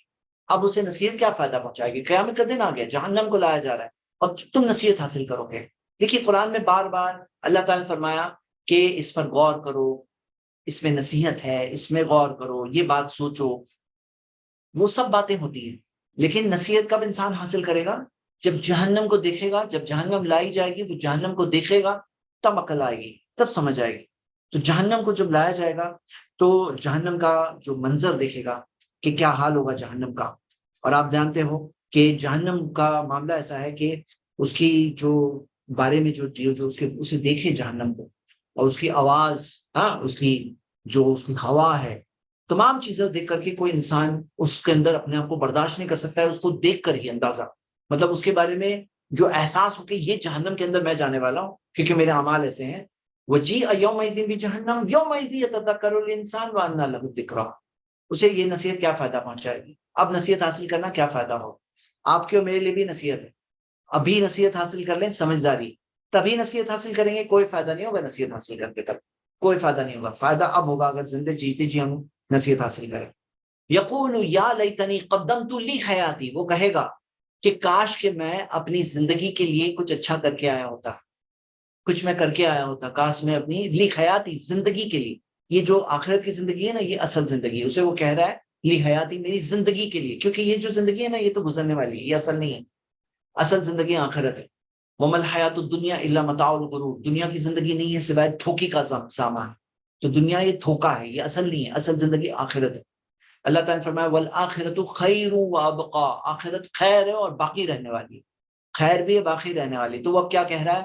کاش کہ میں اپنی زندگی کے لیے کچھ کر کے آیا ہوتا، کاش کہ میں کچھ کر کے آیا ہوتا، یا لیتنی، ہائے افسوس، اب افسوس کر رہا ہے، اب نصیحت حاصل کر لیا ہے، اب اسے نصیحت کوئی فائدہ نہیں پہنچا رہی ہے، اب وہ کہہ رہا ہے کاش کہ میں زندگی کے لیے کچھ کر کے آیا ہوتا۔ اس کے الفاظ دیکھیے کہ زندگی کہہ رہا ہے وہ، یعنی وہ ہے زندگی، اصل زندگی، تب اسے احساس ہو رہا ہے کہ یہی تو اصل زندگی ہے، آخرت کی زندگی اصل زندگی ہے۔ دنیا میں لوگ بولتے ہیں ارے آخرت کو چھوڑو، ارے آخرت کو چھوڑو، تو تب افسوس کریں گے یا لیتنی قدمت لحیاتی، کہا ہائے افسوس، کاش میں اپنی زندگی کے لیے کچھ کر کے آیا ہوتا، ہاں کاش کہ میں کچھ کر کے آیا ہوتا۔ یومئذ لا یعذب عذابہ احد، اس دن اللہ کے عذاب جیسا کسی کا عذاب نہیں ہوگا، اللہ کے عذاب جیسا بھی کسی کا عذاب نہیں۔ یاد رکھیے اس بات کو کیونکہ اللہ سبحانہ و تعالیٰ کیا انصاف کا معاملہ ہے. اللہ تعالیٰ انصاف کرے گا. جس کو جو چیز ملنی ہے، جو جس لائق ہے، اسے وہی چیز ملے گی. تم نے دنیا میں فساد پھیلایا، تم نے دنیا میں ظلم کیا، تم نے یتیم کو کھانا نہیں کھلایا، تم نے مسکین کو کے ساتھ اچھا معاملہ نہیں کیا، تم نے اللہ کے بھیجے ہوئے نبیوں پیغمبروں کا انکار کیا، حق کا انکار کیا، دیکھتے سمجھتے ہوئے انکار کیا. یومئذ لا یعذب عذابہ احد، اس دن کوئی عذاب نہیں ہے، کسی کا عذاب نہیں ہوگا اس کے عذاب کے جیسا. اللہ کے عذاب کے جیسا کسی کا عذاب نہیں ہے. جو عذاب نام کی چیز آپ کو پتا ہے نا، تو اللہ کے عذاب سے کوئی چیز معلوم ہی نہیں ہے. یہ دنیا کی آگ ہے. اللہ تعالیٰ نے جہنم کی آگ جو تیار رکھی ہے، دنیا کی آگ سے 70 گنا پاورفل عذاب آگ. تو یہ بات کو سمجھ لیجئے میرے بھائیوں میں بہنیں، اللہ تعالیٰ بہت بڑا رحم کرنے والا بھی ہے اور بہت سخت سزا دینے والا بھی ہے. یہ ریالٹی ہے. صرف رحم نہیں ہے، صرف سزا نہیں ہے. صرف سزا نہیں ہے کہ اللہ تعالیٰ کے اندر رحم کا معاملہ نہیں ہے، صرف رحم نہیں ہے کہ تمہیں کوئی سزا نہیں ملنے والی. دونوں باتوں کو سمجھنا چاہیے. فَيَوْمَئِذٍ لَا يُعَذِّبُ عَذَابَهُ أَحَدٌ وَلَا يُوثِقُ وَثَاقَهُ أَحَدٌ. اور اس کی پکڑ جیسی کسی کی پکڑ نہیں ہے. اس کی پکڑ سے بچو گے، سیٹنگ چلے گی تمہاری. بچنے کا کوئی راستہ ہوگا، کوئی ہوگا شارٹ کٹ، کوئی دوست، کوئی پڑوسی، کوئی پہچان والا کوئی کام آئے گا تو آپ کو لگتا ہے. اس کی پکڑ کے جیسے کسی کی پکڑ نہیں ہے. سمجھ لو دنیا کی پکڑ سے جو سلپ آؤٹ کرتے ہیں، سیٹنگ کرتے ہیں، وہ سوچتے ہیں وہاں بھی بچ کے نکل جائیں گے. کیا ہوتا ہے نا، جو یہ دنیا کے اندر اللہ جنہیں نوازتا ہے نا، وہ لوگوں میں ایک سوچ پیدا ہوتی ہے اگر آخرت ہوئی نا، اگر آخرت ہوئی تو وہاں بھی اچھا ہی ہوگا ہمارے ساتھ. سمجھتے ہیں یہ، اور وہاں بھی بچنے کا کوئی نہ کوئی ہم راستہ نکال لیں گے. تو اللہ تعالیٰ نے فرمایا وَلَا يُوثِقُ وَثَاقَهُ، اس کی پکڑ جیسی کسی کی پکڑ نہیں. تم جو دنیا کے لوگوں کی پکڑ جانتے ہو نا، اللہ کی پکڑ کی جیسی کوئی سی پکڑ نہیں. وَلَا يُوثِقُ وَثَاقَهُ أَحَدٌ. لیکن پھر کچھ اور بھی ذکر ہے. یا ایتھا النفس المطمئنہ، اے وہ نفس جو مطمئن ہے، اے وہ نفس جو مطمئن ہے. اب یہ مطمئن کی خاص صفت یہاں ذکر ہے نفس کے لیے. اللہ نے مومن بندوں کے لیے اطمینان کا خاص ذکر کیا. مطمئن ہے وہ. مطلب کیا ہے نا، دنیا میں پریشانی آئی صبر کیے، خوش ہے الحمدللہ. نعمت آئی شکر کیے، خوش ہے الحمدللہ. ہر حال میں یہ مطمئن ہے. دنیا میں بھی مطمئن ہے، آخرت کے اندر بھی مطمئن ہے. کیا معاملہ ہے نا، آخرت کے اندر جو مطمئن ذکر ہے نا، یہ بہت بڑی بات. سوچیے، سب سے مشکل امتحان کس کا لے گا اللہ تعالیٰ؟ نبیوں کا، پھر ان جیسوں کا، پھر ان جیسوں کا. لیکن اللہ تعالیٰ انہیں، یہ لوگوں کو مطمئن کہہ رہا ہے. مطمئنہ، اے وہ نفس جو مطمئن ہے. آپ کو پتا ہے نفس کے 3 حال ہوتے ہیں، پتا ہے؟ ایک ہے نفس امارہ، ان النفس لامارۃ بالسوء، سورہ یوسف کی آیت نمبر 53 میں، کہ نفس برائی کا حکم دیتا ہے.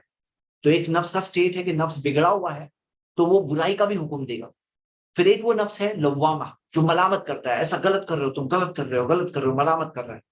ہاں، فلا اقسم بالنفس اللوامہ، جو سورۃ القیامہ میں. اور یہاں پہ جو نفس کا ہائیسٹ لیول ہے، نفس مطمئنہ، کہ جو نفس مطمئن ہے، ہر حال میں اطمینان ہے. تو اس کا آخرت میں بھی کیا معاملہ، اللہ اسے کیا کہے گا؟ اے وہ نفس جو مطمئن ہے. بات کیا ہے، سب سے مشکل امتحان آئی پھر بھی یہ مطمئن ہے. کیونکہ پریشانی آنا ایک بات ہے، پریشان ہونا دوسری بات. پریشانی، بڑی بڑی پریشانی کے باوجود جو اللہ کے نیک بندے ہوتے ہیں نا، وہ پریشان نہیں ہوتے ہیں. کیوں؟ ایمان کی بنیاد پر، ایمان کی وجہ سے ان کو بڑی بڑی پریشانیوں میں بھی پریشانی نہیں ہوتی. اور جو ان کے پاس ایمان نہیں ہوتا ہے نا، وہ تھوڑی سی پریشانی میں بھی بہت زیادہ پریشان ہوتے ہیں. تھوڑی سی پرابلم آ گیا، تھوڑا سا پرابلم آ گیا، بہت زیادہ پریشان ہوتے ہیں. کیوں پریشان ہوتے ہیں؟ اس کی بنیادی وجہ کیا ہے، کیوں پریشان ہوتے ہیں؟ یہ ہے بنیادی وجہ یہاں پہ دی ہوئی. جب پریشانی آتی تو کیا بولتے ہیں وہ؟ وَإِذَا مَبْتَلَاهُ، جب وَأَمَّا إِذَا مَبْتَلَاهُ فَقَدَرَ عَلَيْهِ رِزْقَهُ، اور جب ان کا رب انہیں آزماتا ہے، ان کے رزق کو کم کر دیتا ہے، فَيَقُولُ رَبِّي أَهَانَنِ، وہ کہتے ہیں میرے رب نے مجھے ذلیل کیا. وہ پریشانی کو ذلت سے ایکول ٹو کرتے ہیں. تو وہ پریشانی کی وجہ سے بہت زیادہ پریشان ہوتے ہیں. یعنی جتنا پریشانی پریشان نہیں کرتی، اس سے زیادہ یہ سوچ ان کو پریشان کرتی ہے. تو وہ دنیا میں پریشان گزرتے ہیں. کون لوگ؟ جن کے پاس ایمان نہیں ہے. ایمان والوں کا کیا معاملہ ہے؟ ایمان والوں کا معاملہ یہ ہے، وہ مطمئنہ کا معاملہ ان کے ساتھ کیوں ہے؟ اطمینان سے ہے. کیوں اللہ تعالیٰ نے یہ ان کا ڈسکرپشن یہ نہیں کہا اے پریشان، ان کو نہیں کہا. جبکہ سب سے مشکل امتحان کس پہ آنے والا ہے؟ کس پہ آتا ہے؟ نبیوں پر، پھر ان جیسوں پر، پھر ان جیسوں پر. پھر بھی ان کو مطمئنہ کہا گیا، اے وہ نفس مطمئن ہے. کیوں؟ کیونکہ ایمان کے ساتھ میں پریشانی میں بھی پریشان نہ ہونے کی طاقت پیدا ہوتی ہے. جیسے ایک مثال دی جاتی ہے کہ اگر کوئی باڈی بلڈر ہے، وہ بڑے بڑے وزن اٹھائے گا، اس کو کوئی پرابلم نہیں ہوگا. اور ایک کمزور سا آدمی، اس کو کوئی وزن دے دو تو وہ ہو سکتا ہے اس طرح سے گر جائے گا کہ وہ ہاسپٹل میں پہنچانا پھر اس کو۔ تو یہاں یہ دیکھتے ہیں کہ جو طاقت والا ہوتا ہے، جس کے پاس ایمان کی طاقت ہوتی ہے، وہ بڑی بڑی پریشانیوں میں بھی اطمینان سے رہتا ہے۔ ہاں، اطمینان سے رہتا ہے، اور ہم سب اللہ سے یہ دعا کرتے ہیں کہ اللہ ہم سب کو ایمان کے ساتھ زندگی گزارنے کی توفیق۔ تو یا ایتھا النفس المطمئنہ، اے وہ نفس مطمئن ہے، دیکھو کتنا پیاری پکار ہے۔ یہ پکار لگائی جائے گی قیامت کے دن۔ پریشان لوگ ہوں گے، جو برے لوگ ہوں گے وہ تو ہوں گے پریشانی میں، لیکن جو اطمینان والے لوگ، ان کو یہ پکار لگائی جائے گی۔ کیا آپ اور میں ان میں ہوں گے؟ یہ ہماری زندگی کے کاموں کا نتیجہ ہی ہوگا، کیونکہ کوئی سیٹنگ تو نہیں چلنے والی اس کی جیسے پکڑ کسی کی نہیں۔ ارجعی الی ربک راضیۃ مرضیہ، آ جاؤ اپنے رب کی طرف۔ پھر سے رب ذکر آتا ہے، آ جاؤ اپنے رب کی طرف، راضیۃ مرضیہ، وہ تم سے راضی، تم اس سے خوش۔ ہاں، راضیۃ یعنی کہ تم اس سے راضی ہو کر آ جاؤ، مرضیہ وہ بھی تم سے راضی ہے، مطلب وہ بھی تم سے خوش ہے۔ ہاں، تو یہ یاد رکھیے کہ اللہ بھی تم سے خوش ہے، اور اور تم بھی اللہ سے خوش ہو۔ مطلب اللہ سے خوش ہو یعنی اللہ سے ملنے میں، ملاقات کرنے میں خوشی ہوگی کہ میرے رب سے میں ملاقات کر رہا ہوں، میں جس کی عبادت کرتا آیا، میں جس کے لیے جیا، میں نے جس کے لیے جینا مرنا جس کے لیے تھا، میں اس سے ملاقات کرنے آؤں۔ پھر اللہ تعالیٰ فرمائے گا فادخلی فی عبادی، داخل ہو جاؤ میرے بندوں میں۔ مطلب کوئی اکیلا نہیں، بہت سے نیک بندے ہیں اللہ کے۔ اللہ تعالیٰ نے قرآن میں کیا فرمایا سورہ واقعہ میں کہ اصحاب الیمین جو دائیں ہاتھ والے ہیں، سیدھے ہاتھ والے، ثلۃ من الاولین وثلۃ من الاخرین، اچھے نمبر تعداد پہلے والوں میں، اچھی تعداد بعد والوں میں، اور اس میں سابقون السابقون ہوتے ہیں، جو سب سے آگے رہنے والے، وہ ثلۃ من الاولین وقلیل من الاخرین، وہ پہلے زمانوں میں یعنی نبیوں کے پہلے زمانوں میں بہت سارے، اور بعد والوں میں کم۔ تو ہم دیکھتے ہیں کہ جو اصحاب الیمین جو جنت جانے والے بہت سارے ہیں، تو اللہ تعالیٰ سے اللہ تعالیٰ کہے گا فادخلی فی عبادی، داخل ہو جاؤ میرے بندوں کے ساتھ، اللہ کے بندوں کے ساتھ۔ وادخلی جنتی، داخل ہو جاؤ میری جنت میں، اللہ تعالیٰ کی جنت میں داخل ہو جاؤ۔ تو اللہ سبحانہ تعالیٰ نے اپنی جنت کا ذکر کیا ہمیشہ کی جگہ، والآخرۃ خیر وابقیٰ، آخرت خیر ہے اور باقی رہنے والی ہے۔ تو اللہ تعالیٰ نے جنت میں داخل ہونے کی خوشخبری ذکر کی کہ داخل ہو جاؤ میری جنت میں۔ اللہ ہم سب کو ان لوگوں سے بنائے، اللہ ہم سب کو ان لوگوں سے بنائے جنہیں یہ خوشخبری ملے کہ وادخلی جنتی، کہ داخل ہو جاؤ میری جنت میں۔ اب یہاں سوال یہ ہے کہ غفلت میں رہنے والے لوگ ہوتے ہیں جو غور نہیں کرتے ہیں زندگی کے بارے میں، جو سوچتے ہی نہیں ہیں، بس جیتے ہیں آنکھیں بند کر کے۔ نصیحت حاصل کریں گے وہ لوگ، لیکن تب جب بہت لیٹ ہو چکا ہوگا۔ سمجھدار وہ لوگ ہیں جو پہلے ہی نصیحت حاصل کریں، جو ارادہ کریں کہ مجھے یہ نفس مطمئنہ، جو مطمئن لوگ ہیں نا، مجھے ان میں سے بننا ہے، جو ہر حال میں اللہ کا شکر ادا کریں، جو ہر حال میں اللہ کی تعریف کریں، الحمدللہ کہہ کر زندگی گزاریں، جو شکر گزار بندے رہیں، جو فرما بردار بندے رہیں، جو نصیحت حاصل کرنے والے بندے رہیں، جو کل جا کے افسوس کرنے والے نہیں کہ کل جا کے افسوس کریں۔ نصیحت تب حاصل کر رہے ہیں جب جہنم کو دیکھ رہے ہیں، تبھی کرنا ہے، کیا بھی کرنا ہے، سوچو کب نصیحت حاصل کرو، سوچو جہنم دکھے گا تب نصیحت حاصل کریں گے، وہ تو سب لوگ کریں گے، لیکن تب وَأَنَّىٰ لَهُ الذِّكْرَىٰ، کیا نصیحت کیا فائدہ پہنچائے گی۔ تو والفجر وليال عشر والشفع والوتر واللیل اذا یسر، یہ سب چیزیں اس چیز کی طرف چل رہی ہے، پوری زندگی نکل رہی ہے، راتیں گزر رہی ہے، اور ہم بڑھ رہے ہیں اسی منزل کی طرف، اسی منزل کی طرف جس منزل پر ہم سب کو جانا ہے۔ آخرت قیامت کا دن ہم سب کو دیکھنا ہے، اس کا منظر بتایا گیا ہے، ایک الگ اینگل سے بتایا گیا ہے۔ قیامت کے بارے میں تو بہت سے اینگلز آئے ہیں، لیکن یہاں پہ ایک الگ طریقے سے بتایا گیا ہے۔ یہاں پہ عاد، ثمود، اور ہم دیکھتے ہیں فرعون کا خاص ذکر ہے۔ اور آپ کو پتا ہے عاد کا ذکر لاسٹ ٹائم آنے والا ہے قرآن کے اندر، مطلب قرآن میں کئی بار عاد و ثمود کا ذکر آیا، یہ تکبر کرنے والی قوموں کا ذکر آیا تاکہ نصیحت حاصل کریں لوگ ان سے، اور جو غلطی انہوں نے کی جس کی وجہ سے ان کو دنیا میں سزا مل گئی، تو ہم وہ غلطیاں نہ کریں۔ ان کی روئنس ابھی بھی موجود ہے، ابھی بھی موجود ہے، لوگ ابھی بھی جا کر دیکھ سکتے ہیں کہ ان کا کیا حال ہوا، ختم ہو گئے وہ، کس طرح سے انہوں نے نافرمانی کی، کس طرح سے ختم ہوئے۔ دنیا کے لوگ بھی اگر وہ راستے پر چلیں گے تو تمہیں بھی ختم ہونا ہے، دکن دکا، سب چیز رون دی جائے گی، سب چیز ختم ہو جائے گی۔ وَجَاءَ رَبُّكَ وَالْمَلَكُ صَفًّا صَفًّا، میرے بھائیوں میں بہنیں، یہ نصیحت ہے، بنیادی میسج سورہ کا بہت اسٹرانگ ہے۔ اللہ سے دعا ہے ہم سب کو نصیحت حاصل کرنے والا بنائے، آمین۔ اب سوالات دیکھ لیتے ہیں موضوع سے متعلق، جو سوال ہیں ہم لیں گے انشاءاللہ۔ پہلا سوال، میخوں کا جی مطلب، میخیں یعنی اوتاد، میخیں یعنی چیزیں پہ کہ میخوں کا مطلب یہ، میخوں کا مطلب، تو میخوں کے اندر ہم نے یہ دیکھا تھا کہ جس کا مطلب اوتاد کی میننگ تو میں نے کافی ڈیٹیل میں بتایا کہ تین چیزیں ذکر ہے۔ میخوں کا جو ذکر ہے وفرعون ذی الاوتاد، تو میخوں کے اندر جو سٹیکس ہیں، یعنی کہ جو ٹینٹ ہوتا ہے نا، ٹینٹ، اس کے اندر جو کیل لگایا جاتا ہے نا، کیل، جو ٹینٹ کا کیل ہوتا ہے جس کا کچھ حصہ اوپر ہوتا ہے لیکن ایک بڑا حصہ باہر ہوتا ہے، اسے میخیں کہتے ہیں. لیکن یہ جو اوتاد جو ذکر ہے فرعون ذی الاوتاد، اس سے کیا مراد ہے؟ ذو البنا، کہ بلڈنگ عمارتوں والا، عمارتیں بنانے والا. تو یہ خاص ذکر ہے جس کے بارے میں نے آپ کو تفسیر میں سے باتیں بتائی. اگلا سوال شکیب بھائی. جی دوسرا سوال یہ ہے زید بھائی کہ نفس کی ملامت پلیز ایکسپلین. کہ نفس کی ملامت ایک سٹیج ہے، نفس جو ملامت کرتا ہے، جس کے اندر آدمی گناہ کو چھوڑا نہیں ہے لیکن اس کا نفس اسے کہتا ہے مت کر، مت کر، مت کرو ایسا. ملامت کر رہا ہے، تم برا کر رہے ہو، تم غلط کر رہے ہو، یہ ملامت کر رہا ہے. یہ ایک سیکنڈ سٹیج ہے. ایک سب سے کم سٹیج کیا ہے؟ کہ جہاں نفس برائی کا حکم دیتا ہے، برا کرو، برا کرو، یہ کرو، یہ کرو، غلط کام کا حکم شیطان تو دیتا ہی ہے، ساتھ میں نفس بھی دیتا ہے. ان النفس لامارۃ بالسوء. اس سے اوپر کا سٹیج کیا ہے؟ کہ نفس ملامت کر رہا ہے کہ ایسا مت کرو، ایسا مت. اور اس سے اوپر کا سٹیج کیا ہے؟ جہاں پہ نفس مطمئن ہے، یعنی ہر حال میں اطمینان سے ہے، مطلب جو ملتا ہے اس میں خوش ہے. تو یہ ہے نفس مطمئنہ جو ہائیسٹ لیول. جزاک اللہ خیر. زید بھائی دیر از نو ادر سوال. اگر کسی کو کوئی سوال پوچھنا ہو تو پلیز اپنے آپ کو انمیوٹ کرنے کے لیے آپ اپنا ہاتھ اٹھائیے، چلو آپ کو انمیوٹ کیا جائے گا. اچھا کسی نے سوال پوچھا ہے سر، علامہ جلال الدین Qasmi referred regarding 10 night as a last 10 nights of Ramadan and Fajr as Fajr of Eid al-Fitr. Please explain. جی جیسے میں نے آپ کو بتایا، دونوں ویوز ہمیں مفسرین میں ملتے ہیں. دونوں ویوز ہے، ایک ایکسیپٹڈ ویوز ہے کہ جس کے اندر ایک ویو یہ ہے کہ رمضان کی آخری راتیں ہیں 10 راتیں، اور ایک ویو یہ ہے کہ جو ہم دیکھتے ہیں کہ یوم جو ذی الحجہ کی 10 راتیں. تو دونوں طرف ویوز ہیں. اور اس کے اندر بخاری کی جو حدیث ہے کہ جو بہترین جو دن ہے سال بھر میں، جو بیسٹ دن ہے جس کے اندر اعمال سب سے زیادہ اللہ کو پسند ہے، وہ ہے ذی الحجہ کے پہلے 10 دن.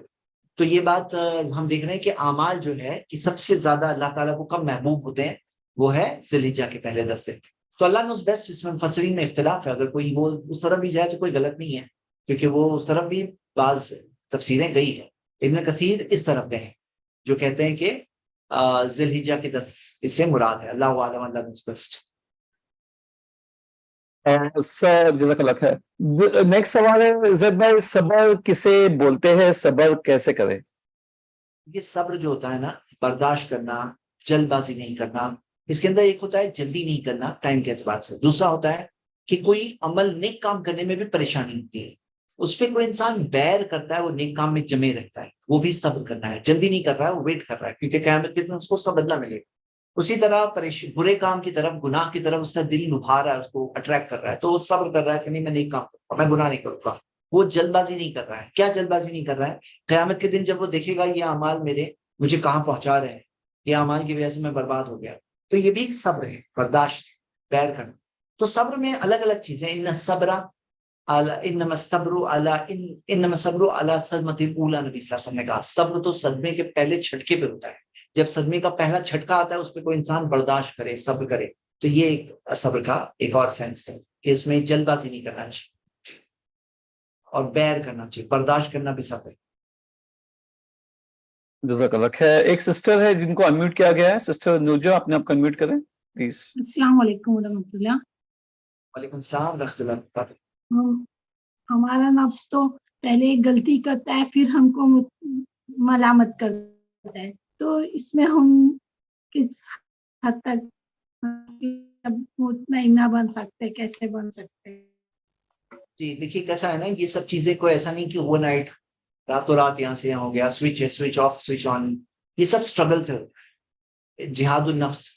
اور یہ اسٹرگل کے اندر کوئی چیز مشکل ہوتی ہے ایک سٹیج پر، پھر جیسے ہی وہ انسان وہ چیز کرتا آتا ہے کرتے آتا ہے، اس کے لیے وہ چیز سے بچنا آسان ہوتا جاتا ہے، آسان ہوتا جاتا ہے، یہاں تک کہ ایک دن آتا ہے جب اسے اس چیز میں آزمائشی محسوس نہیں ہوتی، پوری طرح سے اطمینان سے رہتا ہے اللہ کی فرما برداری. تو ایک ہوتا ہے کہ جس میں اس نے گناہ کیا اور اسے نفس سے ملامت کر رہا ہے، ایک ہوتا ہے کہ وہ اس چیز سے بچ گیا. اب اس میں کیا اس کا یہ مطلب ہے کہ وہ کوئی گناہ نہیں کرے گا؟ تو نہیں، اس کا ایک اوور آل لیول وہ ہو گیا، لیکن اس سے بھی انسان ہو سکتے. کل ابن آدم خطا، سارے آدم کی اولادوں سے خطائیں ہوتی ہیں، وخیر الخطائین التوابون، خطا کرنے والوں میں سب سے اچھے وہ لوگ ہوتے ہیں جو بار بار توبہ کرتے ہیں. تو یہ کانسٹنٹ اسٹرگل ہے، اور اسٹرگل میں جتنا اوپر جائیں گے اتنا وہ چیز آسان ہوتی جائے گی، جتنا ٹکے رہیں گے جمے رہیں گے تو اتنا وہ کام آسان ہوتے جائے. جزاک اللہ خیر. سسٹر سبیحہ کو انمیوٹ کیا گیا ہے، پلیز سسٹر اپنے آپ کو انمیوٹ کر. جی السلام علیکم سر. یہ اولیاء کے بارے میں ہے کہ وہ مطلب قیامت کے دن ہماری سفارش کریں گے، یہ صحیح ہے کیا؟ یہ جاننا تھا. اور کرامات جو کرتے ہیں ان کو ہی اولیاء بولتے ہیں یا نہیں کوئی دوسرے بھی ہوتے ہیں اولیاء؟ بہن اس کے اندر اولیاء کون ہے؟ اللہ تعالیٰ نے فرمایا الا ان اولیاء اللہ لا خوف علیہم ولا هم یحزنون، در حقیقت جو اللہ کے اولیاء ہے ان پہ نہ خوف ہوگا نہ وہ غمگین ہوں گے. پھر اللہ نے فرمایا الذین آمنوا وکانوا یتقون، جن کے پاس ایمان ہے اور جن کے پاس تقوی ہے. تو پتہ ہی چلا کہ جن کے پاس ایمان ہے تقوی ہے وہی لوگ اللہ کے اولیاء ہیں. اب کس کے پاس ایمان ہے تقوی ہے وہ یہاں سے نہیں معلوم پڑتا ہے، فیس دیکھ کے نہیں معلوم پڑتا ہے، کیونکہ نبی صلی اللہ علیہ وسلم نے فرمایا التقوی ہاں ہونا، تقوی یہاں ہے. وہ اشارہ الی صدری، اور صدر کی طرف سینے کی طرف اشارہ کیا. تقوی تو یہاں ہوتا ہے اندر ہے. تو تقوی کوئی باہر سے معلوم نہیں پڑتا ہے. لیکن کوئی بے نمازی تو پکا اللہ کا ولی نہیں ہو سکتا، کیونکہ تقوی کی ریکوائرمنٹ ہے وہ نمازی ہو، کیونکہ نماز تو اللہ نے حکم دیا ہے. ہاں تو جیسے بعض لوگ کہتے ہیں ہم پہ نماز نہیں ہے تو وہ پکا اللہ کے ولی نہیں ہو سکتے. گندے نہاتے نہیں ہیں بولے اللہ کے ولی ہے، ایسے لوگ ولی کبھی ہو نہیں سکتے ہیں. کیوں؟ کوئی شرک کر رہا ہے، بدعت کر رہا ہے، بولے ولی ہے اللہ کا ولی، ایسے لوگ نہیں ہو سکتے. ایمان اور تقوی والے لوگ اللہ کے ولی ہوتے ہیں. اب یہاں پہ یہ سوال ہے کہ جو کرامت کرتے ہیں تو آپ کو پتا ہے دیکھیے دنیاوی طور پر کوئی چیز جو کرامتی دکھے، دنیا آزمائش کی جگہ ہے. تو جیسے آپ دیکھو گے سامری نے جو گائے کو آگ میں سے نکالا، بنی اسرائیل کو کہا گیا، تو سامری نے کہا کہ تم لوگ اپنے زیور لاؤ، لا کر کے آگ میں ڈالو. انہوں نے زیور لا کے آگ میں ڈالا، اس میں سے ایک گائے کا کیا کی مورتی نکلی، اور لہو خوار. سورہ یوسف سورہ ہود میں سورہ طہ میں آتا ہے، سورہ 20 کی آیت نمبر 66، تو اس میں سے آواز آ رہی تھی. وہ گائے کا مجسمہ بنا، اسٹیچو نکلا، اس میں سے آواز بھی آ رہی تھی. اب یہ بظاہراً کوئی بولے گا یہ تو کرامت ہے، لیکن وہ شرک تھا. وہ گائے کی پوجا کرنے کہا اس نے، جو غلط کہا، شرکیہ چیز طرح ہے. اسی طرح دجال جو ہے وہ آ کر کے کہے گا زمین میں سے خزانے نکل کے آئیں گے، اور زمین کو حکم دے گا تو زمین میں سے فصل اچھی نکلے گی، حکم دے گا تو زمین میں سے فصل نہیں آئے گی، آسمان کو حکم دے گا آسمان سے بارش آئے گی. تو دجال بھی ایسی چیزیں کرے گا. صحیح بخاری کی حدیث میں یہ سب چیزیں ذکر ہے.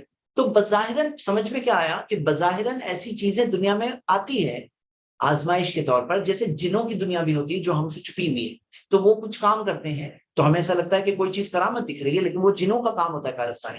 اسی وجہ سے سب سے پہلے کیا ہے؟ آمنو وکانوا یتقون، ایمان و تقوی. کسی کا کام اگر قرآن و حدیث کے خلاف ہے تو وہ کرنے والا کام اس کا کرامت نہیں ہوگا، وہ جن جادو اور کیا ایسی چیز ہوگی، اللہ بہتر جانتا ہے اس کی کیفیت کیا ہے. لیکن ہم دیکھیں کہ اگر کوئی چیز، کوئی ایمان پہ چلنے والا تقوی والا شخص ہے، اتباع سنت کرنے والا شخص ہے، اس کے ذریعے کوئی ایسی چیز ہوتی ہے جو نارمل سے ہٹ کر ہے، تو ہو سکتا ہے کہ وہ کرامت اللہ بہتر جانتا ہے، ہو سکتی ہے. اس کی دلائل موجود ہے، اللہ نے اس پہ. تو ضروری نہیں ہے کہ اللہ تعالیٰ اپنے کسی ولی کو کرامت دے، ضروری نہیں ہے کہ اللہ کرامت دے بھی سکتا ہے، نہیں بھی دے سکتا ہے. کوئی ولی ہو جو زندگی نیک تقوی والا راستے پہ چلتے ہوئے گزارے، ہو سکتا ہے ہماری کلاس میں ایسے لوگ ہیں موجود جو تقوی اور ایمان والے لوگ ہیں، اللہ کی نظروں میں اللہ کے ولی ہے وہ. تو ہم نہیں جانتے کہ وہ کون ہے ولی، کون ہے نہیں ولی ہے، تو ہم نہیں جانتے. اس کے اندر بہتر یہ ہے کہ ہم خود بننے کی کوشش کریں. جیسے بعض لوگ کہتے ہیں ولیوں کا زمانہ آیا گیا، ارے کیا بات ہے گیا؟ قرآن میں دیا الذین آمنوا وکانوا یتقون، جو ایمان اور تقوی والے وہ اللہ کے ولی ہیں. تو جن کے پاس ایمان ہے تقوی ہے وہ اللہ کے ولی ہوتے ہیں. اور کوئی شخص اللہ کے قریب آتا ہے فرض اعمال سے اور قریب آتا ہے نوافل سے. تو یہ سب کچھ چند باتیں میں نے شارٹ میں بتایا، باقی اس کے اوپر بہت ڈیٹیل میں کتابیں لیکچرز وغیرہ موجود ہیں، آپ دیکھ سکتے ہیں. جزاک اللہ خیر. فاطمہ رخشان کو انمیوٹ کیا گیا. سسٹر پلیز اپنے آپ کو انمیوٹ کریں. السلام علیکم ورحمۃ اللہ. سر میرا کویشچن نفس مطمئنہ کے اس سے ریلیٹڈ ہے. آپ بتائیں کہ 3 ٹائپس رہتے نفس میں، تو یہ سارے تینوں کی تینوں ٹائپ ایک انسان میں ایک ساتھ موجود رہتے یا پھر ڈفرینٹ مطلب میرے میں کچھ اور کسی اور میں کچھ اور، ایسا لیولز رہتے ایسا کچھ؟ دیکھیے کیسا ہے نا، ہم یہ دیکھتے ہیں کہ تینوں چیزیں ہو بھی سکتی ہے، لیکن کون سا ڈومیننٹ فیچر ہے کہ زیادہ کیا ہے، زیادہ برائی کا حکم دینا ہے. نفس اگر بگڑا ہوا ہے، کیونکہ اللہ تعالیٰ نے فرمایا قد افلح من زکاہا، وہ کامیاب ہو گیا جس نے اسے سنوارا، یعنی نفس کو پاک کیا، تزکیہ کی. وقد خاب من دساہا، وہ ناکام ہو گیا جس نے اسے بگاڑا. تو نفس سنورتا بھی ہے بگڑتا بھی ہے، اچھا بھی ہوتا ہے برا بھی ہوتا ہے. یعنی نفس کا معاملہ شیطان جیسا نہیں ہے، شیطان بگڑا ہوا ہی ہے، وہ کبھی سدھرنے والا نہیں، لیکن نفس اچھا بھی ہو سکتا ہے برا بھی ہو سکتا ہے. تو یہ چند باتیں نفس کے تعلق سے. اب ایک انسان کے اندر کیا چیز ہے، اس کے اندر مین چیز کہ نفس اس کو برائی کا حکم دے رہا ہے. ہاں بگڑا ہوا ہے تو برائی کا حکم دے رہا ہے، اور اس سے بیٹر لیول ہے تو بگڑا ہوا نہیں ہے تو ملامت کر رہا ہے. لیکن ایک انسان گناہوں میں مبتلا ہے، گناہوں میں زندگی گزار رہا ہے، اس کا نفس اس سے ملامت کر رہا ہے مت کر ایسا. تو یہ بگڑا ہوا نفس نہیں ہے، اتنا لیول ہے کہ وہ ملامت کر رہا ہے. پھر اس سے ہائر لیول ہے کہ مطمئنہ اطمینان میں ہے، سکون میں ہے. تو یہ لیول سے اللہ سے دعا ہے اللہ ہم سب کو ہائر لیول پہ پہنچنے کی توفیق دے. جزاک ٹھیک ہے، اللہ. تو لاسٹ سوال. زید بھائی سوال یہ ہے کہ جب آپ نے ابھی صبر کے بارے میں بات کیا تو who have anxiety issue, how do they can do صبر؟ کسی کے پاس انگزائٹی ایشوز ہے یاد تو وہ رکھیے صبر کیسے کسی کے کرے؟ لیے الگ الگ لوگوں کے لیے الگ الگ ایشوز ہوتے ہیں. کسی کے لیے غصے کا ایشو ہوتا ہے، اس کے لیے غصہ کنٹرول کرنا اس کا اصل امتحان ہے، اور وہ چیز کرے گا اس کے لیے وہی چیز ہے. کسی کے لیے غریبی، پریشانی، آزمائشیں، کسی کے لیے مال، الگ الگ طرح ہے. تو کسی کے لیے انگزائٹی ایشوز ہوتے ہیں. تو یہ جاننا چاہیے زندگی امتحان ہے، اور ہم لوگ کریں گے تو اس کا ثواب ہمیں ملے گا، کوئی ہمارا ایسا نہیں کہ کسی اور کو ملے گا. تو سب سے پہلے اس کو ڈیل کرنا ہوتا ہے، اور ڈیل کرنے میں بہت امپورٹنٹ چیز کیا ہوتی ہے نا کہ کوئی چیز کو فیس ویلیو پر رکھیں. اگر آپ کوئی چیز کو بہت بڑا بنا دو گے تو اس سے ڈیل نہیں کر پاؤں. اگر آپ کے سامنے ہاتھی ہے آپ لڑ نہیں پاؤ. اگر آپ کے سامنے چیٹی ہے آپ سمجھتے ہیں چیٹی ہے، تو اب یہاں کیا ہوتا ہے لوگ چیٹی کو بھی ہاتھی بنا لیتے ہیں. کیسے بناتے ہیں اس کے بارے میں اتنا زیادہ سوچتے ہیں کہ وہ بہت بڑا بن جاتا ہے. تو جو چیز جتنا ہو اس کو فیس ویلیو پہ ڈیل کرنا کہ وہ پرابلم کیا ہے زندگی میں. اگر دیکھیں مجھے پرابلم کیا ہے، آدمی کو کہتے ہیں نا اگر کہ پیپر پہ لکھو کیا پرابلم ہے، تو پرابلم اتنا سا ہوتا ہے اس کے بارے میں سوچ سوچ کے اس کو اتنا بڑا بتا دیتے ہیں. جیسے کہ ہم نے یہاں قرآن کی آیت سے آج دیکھا کہ کیسا ہوتا ہے کہ وہ کہتے ہیں کہ میرے رب نے مجھے ذلیل کیا. بہت زیادہ سوچ رہے ہیں، ارے تم پہ اتنا آزمائش ہے، اللہ مجھے اس پہ صبر کرنے دے، یہ آزمائش ہے اللہ کی طرف سے. تو اس میں وہ بنا دیتے ہیں اللہ نے مجھے ذلیل کیا ہے، بڑا بنا دیتے ہیں اس کو. اور کچھ زیادہ سوچتے ہیں، غلط سوچتے ہیں، غلط سوچ ہوتی ہے ان کی. تو اینگزائٹی ایشو سے کیسے ڈیل کریں اس بارے میں میرا بھی ایک لیکچر ہے، اس میں نے 10 پوائنٹ بتائے. اگر آپ ذہنی پریشانی زید پٹیل سرچ کرو گے تو آپ کو یہ لیکچر ملے گا، اور اس میں آپ کو وہ 10 پوائنٹس ملیں گے جو بہت قیمتی 10 پوائنٹس ہے جو میں نے جمع کیا تھا. ایسی اس موضوع پہ کتابیں بھی بہت ساری اچھی کتابیں موجود ہیں، تو آپ دیکھ سکتے ہو شاید. زید بھائی ذوالحجہ سے ریلیٹڈ ایک کوشچن ہے، جس وہ اس کا وہ دے دے، اور کافی لوگ ہاتھ اٹھا دے لیکن I don't know if you have time. Time up تو ہو گیا نا ذوالحجہ جی. کا، ہاں جی، جی ذوالحجہ تو کا کوشچن یہ ہے کہ روزہ کب رکھے، مطلب عرفات کا روزہ. دیکھیے عرفات کا روزہ جو ہوتا ہے نا اس بارے میں اختلاف ہے. بعض لوگ یہ کہتے ہیں کہ عرفات تو 9 ذی الحجہ ہے، اور 9 ذی الحجہ آپ کی کنٹری میں جب ہوتی ہے تب رکھیں گے، اور ایسے ہی رکھتے آئے ہیں. صحابہ کے زمانے میں بھی ایسا ہوتا تھا، اور ہم دیکھتے ہیں کہ صحابہ کے زمانے میں عید کے معاملے میں ایسا ہی ہوتا تھا کہ لوگ عید جہاں جب ان کا چاند ہوتا تو وہی منائیں گے. اب اس کے اندر کہیں اور عید، مکہ میں عید کب ہے یا فلاں شہر میں کب ہے اس کے اوپر بیس نہیں کرتے تھے، بلکہ اپنے چاند کے اوپر بیس کرتے تھے. تو یہ ایک بات ہے. لیکن دوسری طرف وہ لوگ ہیں جو کہتے ہیں کہ جب حاجی عرفات میں جمع ہو تب ہے ذی الحجہ، تب ہے عرفات. تو وہ 8 ذی الحجہ کو بھی ہو سکتا ہے. ہماری 8 ہے اور وہ لوگ وہاں پہ ان کی 9 ہے. تو کوئی 8 ذی الحجہ کو یوم العرفہ کا روزہ رکھے تو یوم العرفہ تو 9 ذی الحجہ ہو گئے. تو اسی وجہ سے مجھے وہ بھی اسٹرانگر لگتا ہے جس میں مقامی طور پر جو 9 ذی الحجہ ہو تب رکھے آدمی. حالانکہ 9 کے 9 دن روزہ رکھنا سنت ہے. نبی صلی اللہ علیہ وسلم کہا نا یصوم 9 من ذی الحجہ، یہ ذی الحجہ کے 9 دن روزہ رکھتے ہیں. پورے 9 دن روزہ رکھنا سنت ہے. لیکن جو 9واں روزہ جو ہے وہ 9 ذی الحجہ کو ہے، کیونکہ اگر آپ کہیں 8 کو یوم العرفہ تو نہیں، یوم العرفہ تو 9 کو ہی ہوتا ہے. تو یہ مسئلہ ہے اس میں، یہ انٹرنیشنل سائٹنگ اور لوکل سائٹنگ والے اختلاف سے کنیکٹ ہوتا ہے ٹاپک. ٹھیک ہے، تو یہیں پہ مینڈ کرتے ہیں آج کی کلاس. میں اجازت لوں گا، انشاءاللہ اگلی کلاس میں کل ہم کنٹینیو کریں گے. کل ہم انشاءاللہ سورۃ البلد پڑھیں گے. سورۃ البلد اور سورۃ الفجر یہ دونوں میں جو ہیومن رائٹس کی کئی چیزیں دی گئی، انسانی حقوق، اور آپ نے دیکھا کئی ساری چیزیں جو سورۃ الفجر میں آئی. اب سورۃ البلد کے اندر اس کی امپورٹنس ہم دیکھنے والے ہیں، یہ کل دیکھیں گے انشاءاللہ. جڑیے آپ سب قرآن اسٹڈی کلاس میں. سبحان اللہ وبحمدہ واشہد ان لا الہ الا انت استغفرک واتوب الیک. السلام علیکم. وعلیکم السلام ورحمۃ اللہ وبرکاتہ. زید بھائی، اینڈ سب سے پہلی بات تو یہ ہے کہ آپ لوگوں کو جزائے خیر دے اللہ تعالیٰ، ہم سبھی کو جزائے خیر دے. اینڈ خاص طور پہ ہمارے استاد زید پٹیل صاحب کو، جنہوں نے اس طریقے کی جو کلاسز ہماری لے رہے ہیں، کہاں سے وہ کلاسز آ رہی ہے ہماری رمضان سے، پورا ایگزیکٹلی اتنی ساری کلاسز. اینڈ اس کے بعد میں بھی آگے جاتے ہوئے یہ کلاسز چل رہی ہے. اینڈ آپ لوگ سوچ رہے ہوگے کہ بھائی سورہ بقرہ تو ہم نے رمضان میں کیے تھے، تو بیچ کی کلاسز کہاں چل گئی؟ اسٹریٹ اوے ہم نے اتنی بڑی جمپ لے لی. تو اتنی بڑی جمپ نہیں لیے ہیں ایکچولی، اس کے بیچ کی آلریڈی کلاسز زید بھائی اور ہم نے ایمان اسٹوڈنٹ نے آلریڈی کر چکی ہے. تو وہ آپ دیکھ سکتے ہیں جا کے زید بھائی کے چینل کے اوپر، زید پٹیل لائیو چینل کے اوپر. اینڈ رہی بات پھر سے کرنے کی وہی کلاسز، تو وی ول ٹاک ٹو زید بھائی، اینڈ جو کلاسز بیچ کی مسنگ ہے وہ کریں گے. اچھا، ایک بہت ہی امپورٹنٹ موضوع جو کہ I wanted to talk about وہ یہ ہے کہ کافی لوگ پوچھ رہے کہ ہم نے جو ٹیسٹ ہے، چلو ہم پہلے آن میوٹ کا آپشن دے دیتے ہیں تو آپ لوگ کو تھوڑا سا بات کرنے کا موقع ملے، ہے نا. تو چلو کسی کو کچھ پوچھنا ہے؟ اچھا، فک کا کوئی سوال نہیں، کوئی کورس سے ریلیٹڈ یا ایمان اسٹریٹ سے ریلیٹڈ کوئی سوال ہو تو آپ کبھی بھی پوچھ سکتے ہیں. رہی بات اچھا کسی کو کچھ کوشچن پوچھنا ہے، کسی نے آلریڈی انمیوٹ کر چکا ہے تو چلو پوچھیے، بتائیے. السلام علیکم ورحمۃ اللہ. وعلیکم السلام ورحمۃ اللہ وبرکاتہ. جی مجھے سوال کرنا تھا کہ یہ ابھی جو بتائے کہ دجال کے بارے میں کچھ بتا رہے تھے، وہ آنے کے بعد اس طرح وہ بولے گا ایسا ہی ہوگا، لیکن وہ آئے گا کب؟ آئے گا کب؟ جب وہ اللہ تعالیٰ نے اس کا ٹائم مقرر کیا ہے تب آئے گا. جی ہاں، تو ہمیں نہیں پتا اور کسی کو بھی نہیں پتا کہ کون سے ٹائم پہ، کون سے وقت پہ، کون سے دن پہ آنے والا ہے. اینڈ کوئی بتاتا ہے نا کہ بھائی فلاں فلاں اتنے سال، اتنے مہینے، اتنے دن، یہ ڈیٹ، یہ سیکنڈ، ہمیں کچھ نہیں پتا، کسی کو کچھ نہیں پتا، کسی کے پاس بھی اس کا علم نہیں ہے. وہ جب آئے گا اس کے لیے ہمیں تیاری کرنی ہے بس، اور کچھ نہیں. تو وہی تیاری کرنے کے لیے جو کلاسز چل رہی ہے وہ تیاریوں کی کلاسز ہے کہ آپ لوگ قرآن کو سمجھے، ہم سبھی لوگ قرآن کو سمجھے، ہم سبھی لوگ قرآن کو پڑھے، قرآن سے تعلق جوڑے اور اپنے آپ کو دجال کے فتنہ سے بچائے، ہے نا، انشاءاللہ. We'll be prepared. جی وعلیکم السلام. سر میرا 10 and 11 ڈیز کا جو ایگزام ہے وہ چھوٹ گیا ہے. آپ نے کہا تھا کہ وہ بعد میں ہو جائے گا، بعد میں نیکسٹ ایگزام جو 12 اور 13 والا دیا ہے میں نے، لیکن وہ والے میرے چھوٹے ہوئے ہیں پہلے سے، تو میں کیسے دوں؟ میں نے اس کے لیے میسج بھی کرا تھا ایمان انسٹیٹیوٹ پہ، تو ریپلائی نہیں آیا.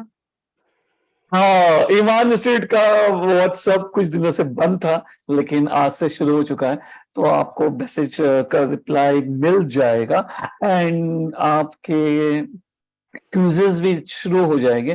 جیسے کہ ہمارا وعدہ تھا کہ ہم لوگ پورے کوئزز کریں گے، تو تھوڑا سا اتنا صبر کیے تو تھوڑا سا اور صبر کریں، کوئزز چالو ہو جائے گے. اینڈ جتنے بھی کوئز ہو جائے گے نا اس کے بعد میں آپ you can go back and give the exams. تو ابھی تو آپ آنے والے جتنے کوئزز ہیں وہ دیں. ہاں انشاءاللہ. جزاک اللہ خیر. Anybody else؟ سر وہ تو دے رہے ہیں، کلاس کا سر دے رہے ہیں نیکسٹ والے، آگے وہ پہلے ہی والے بس اسکپ کرے ہوئے ہیں، تو وہ بس دینا ہے.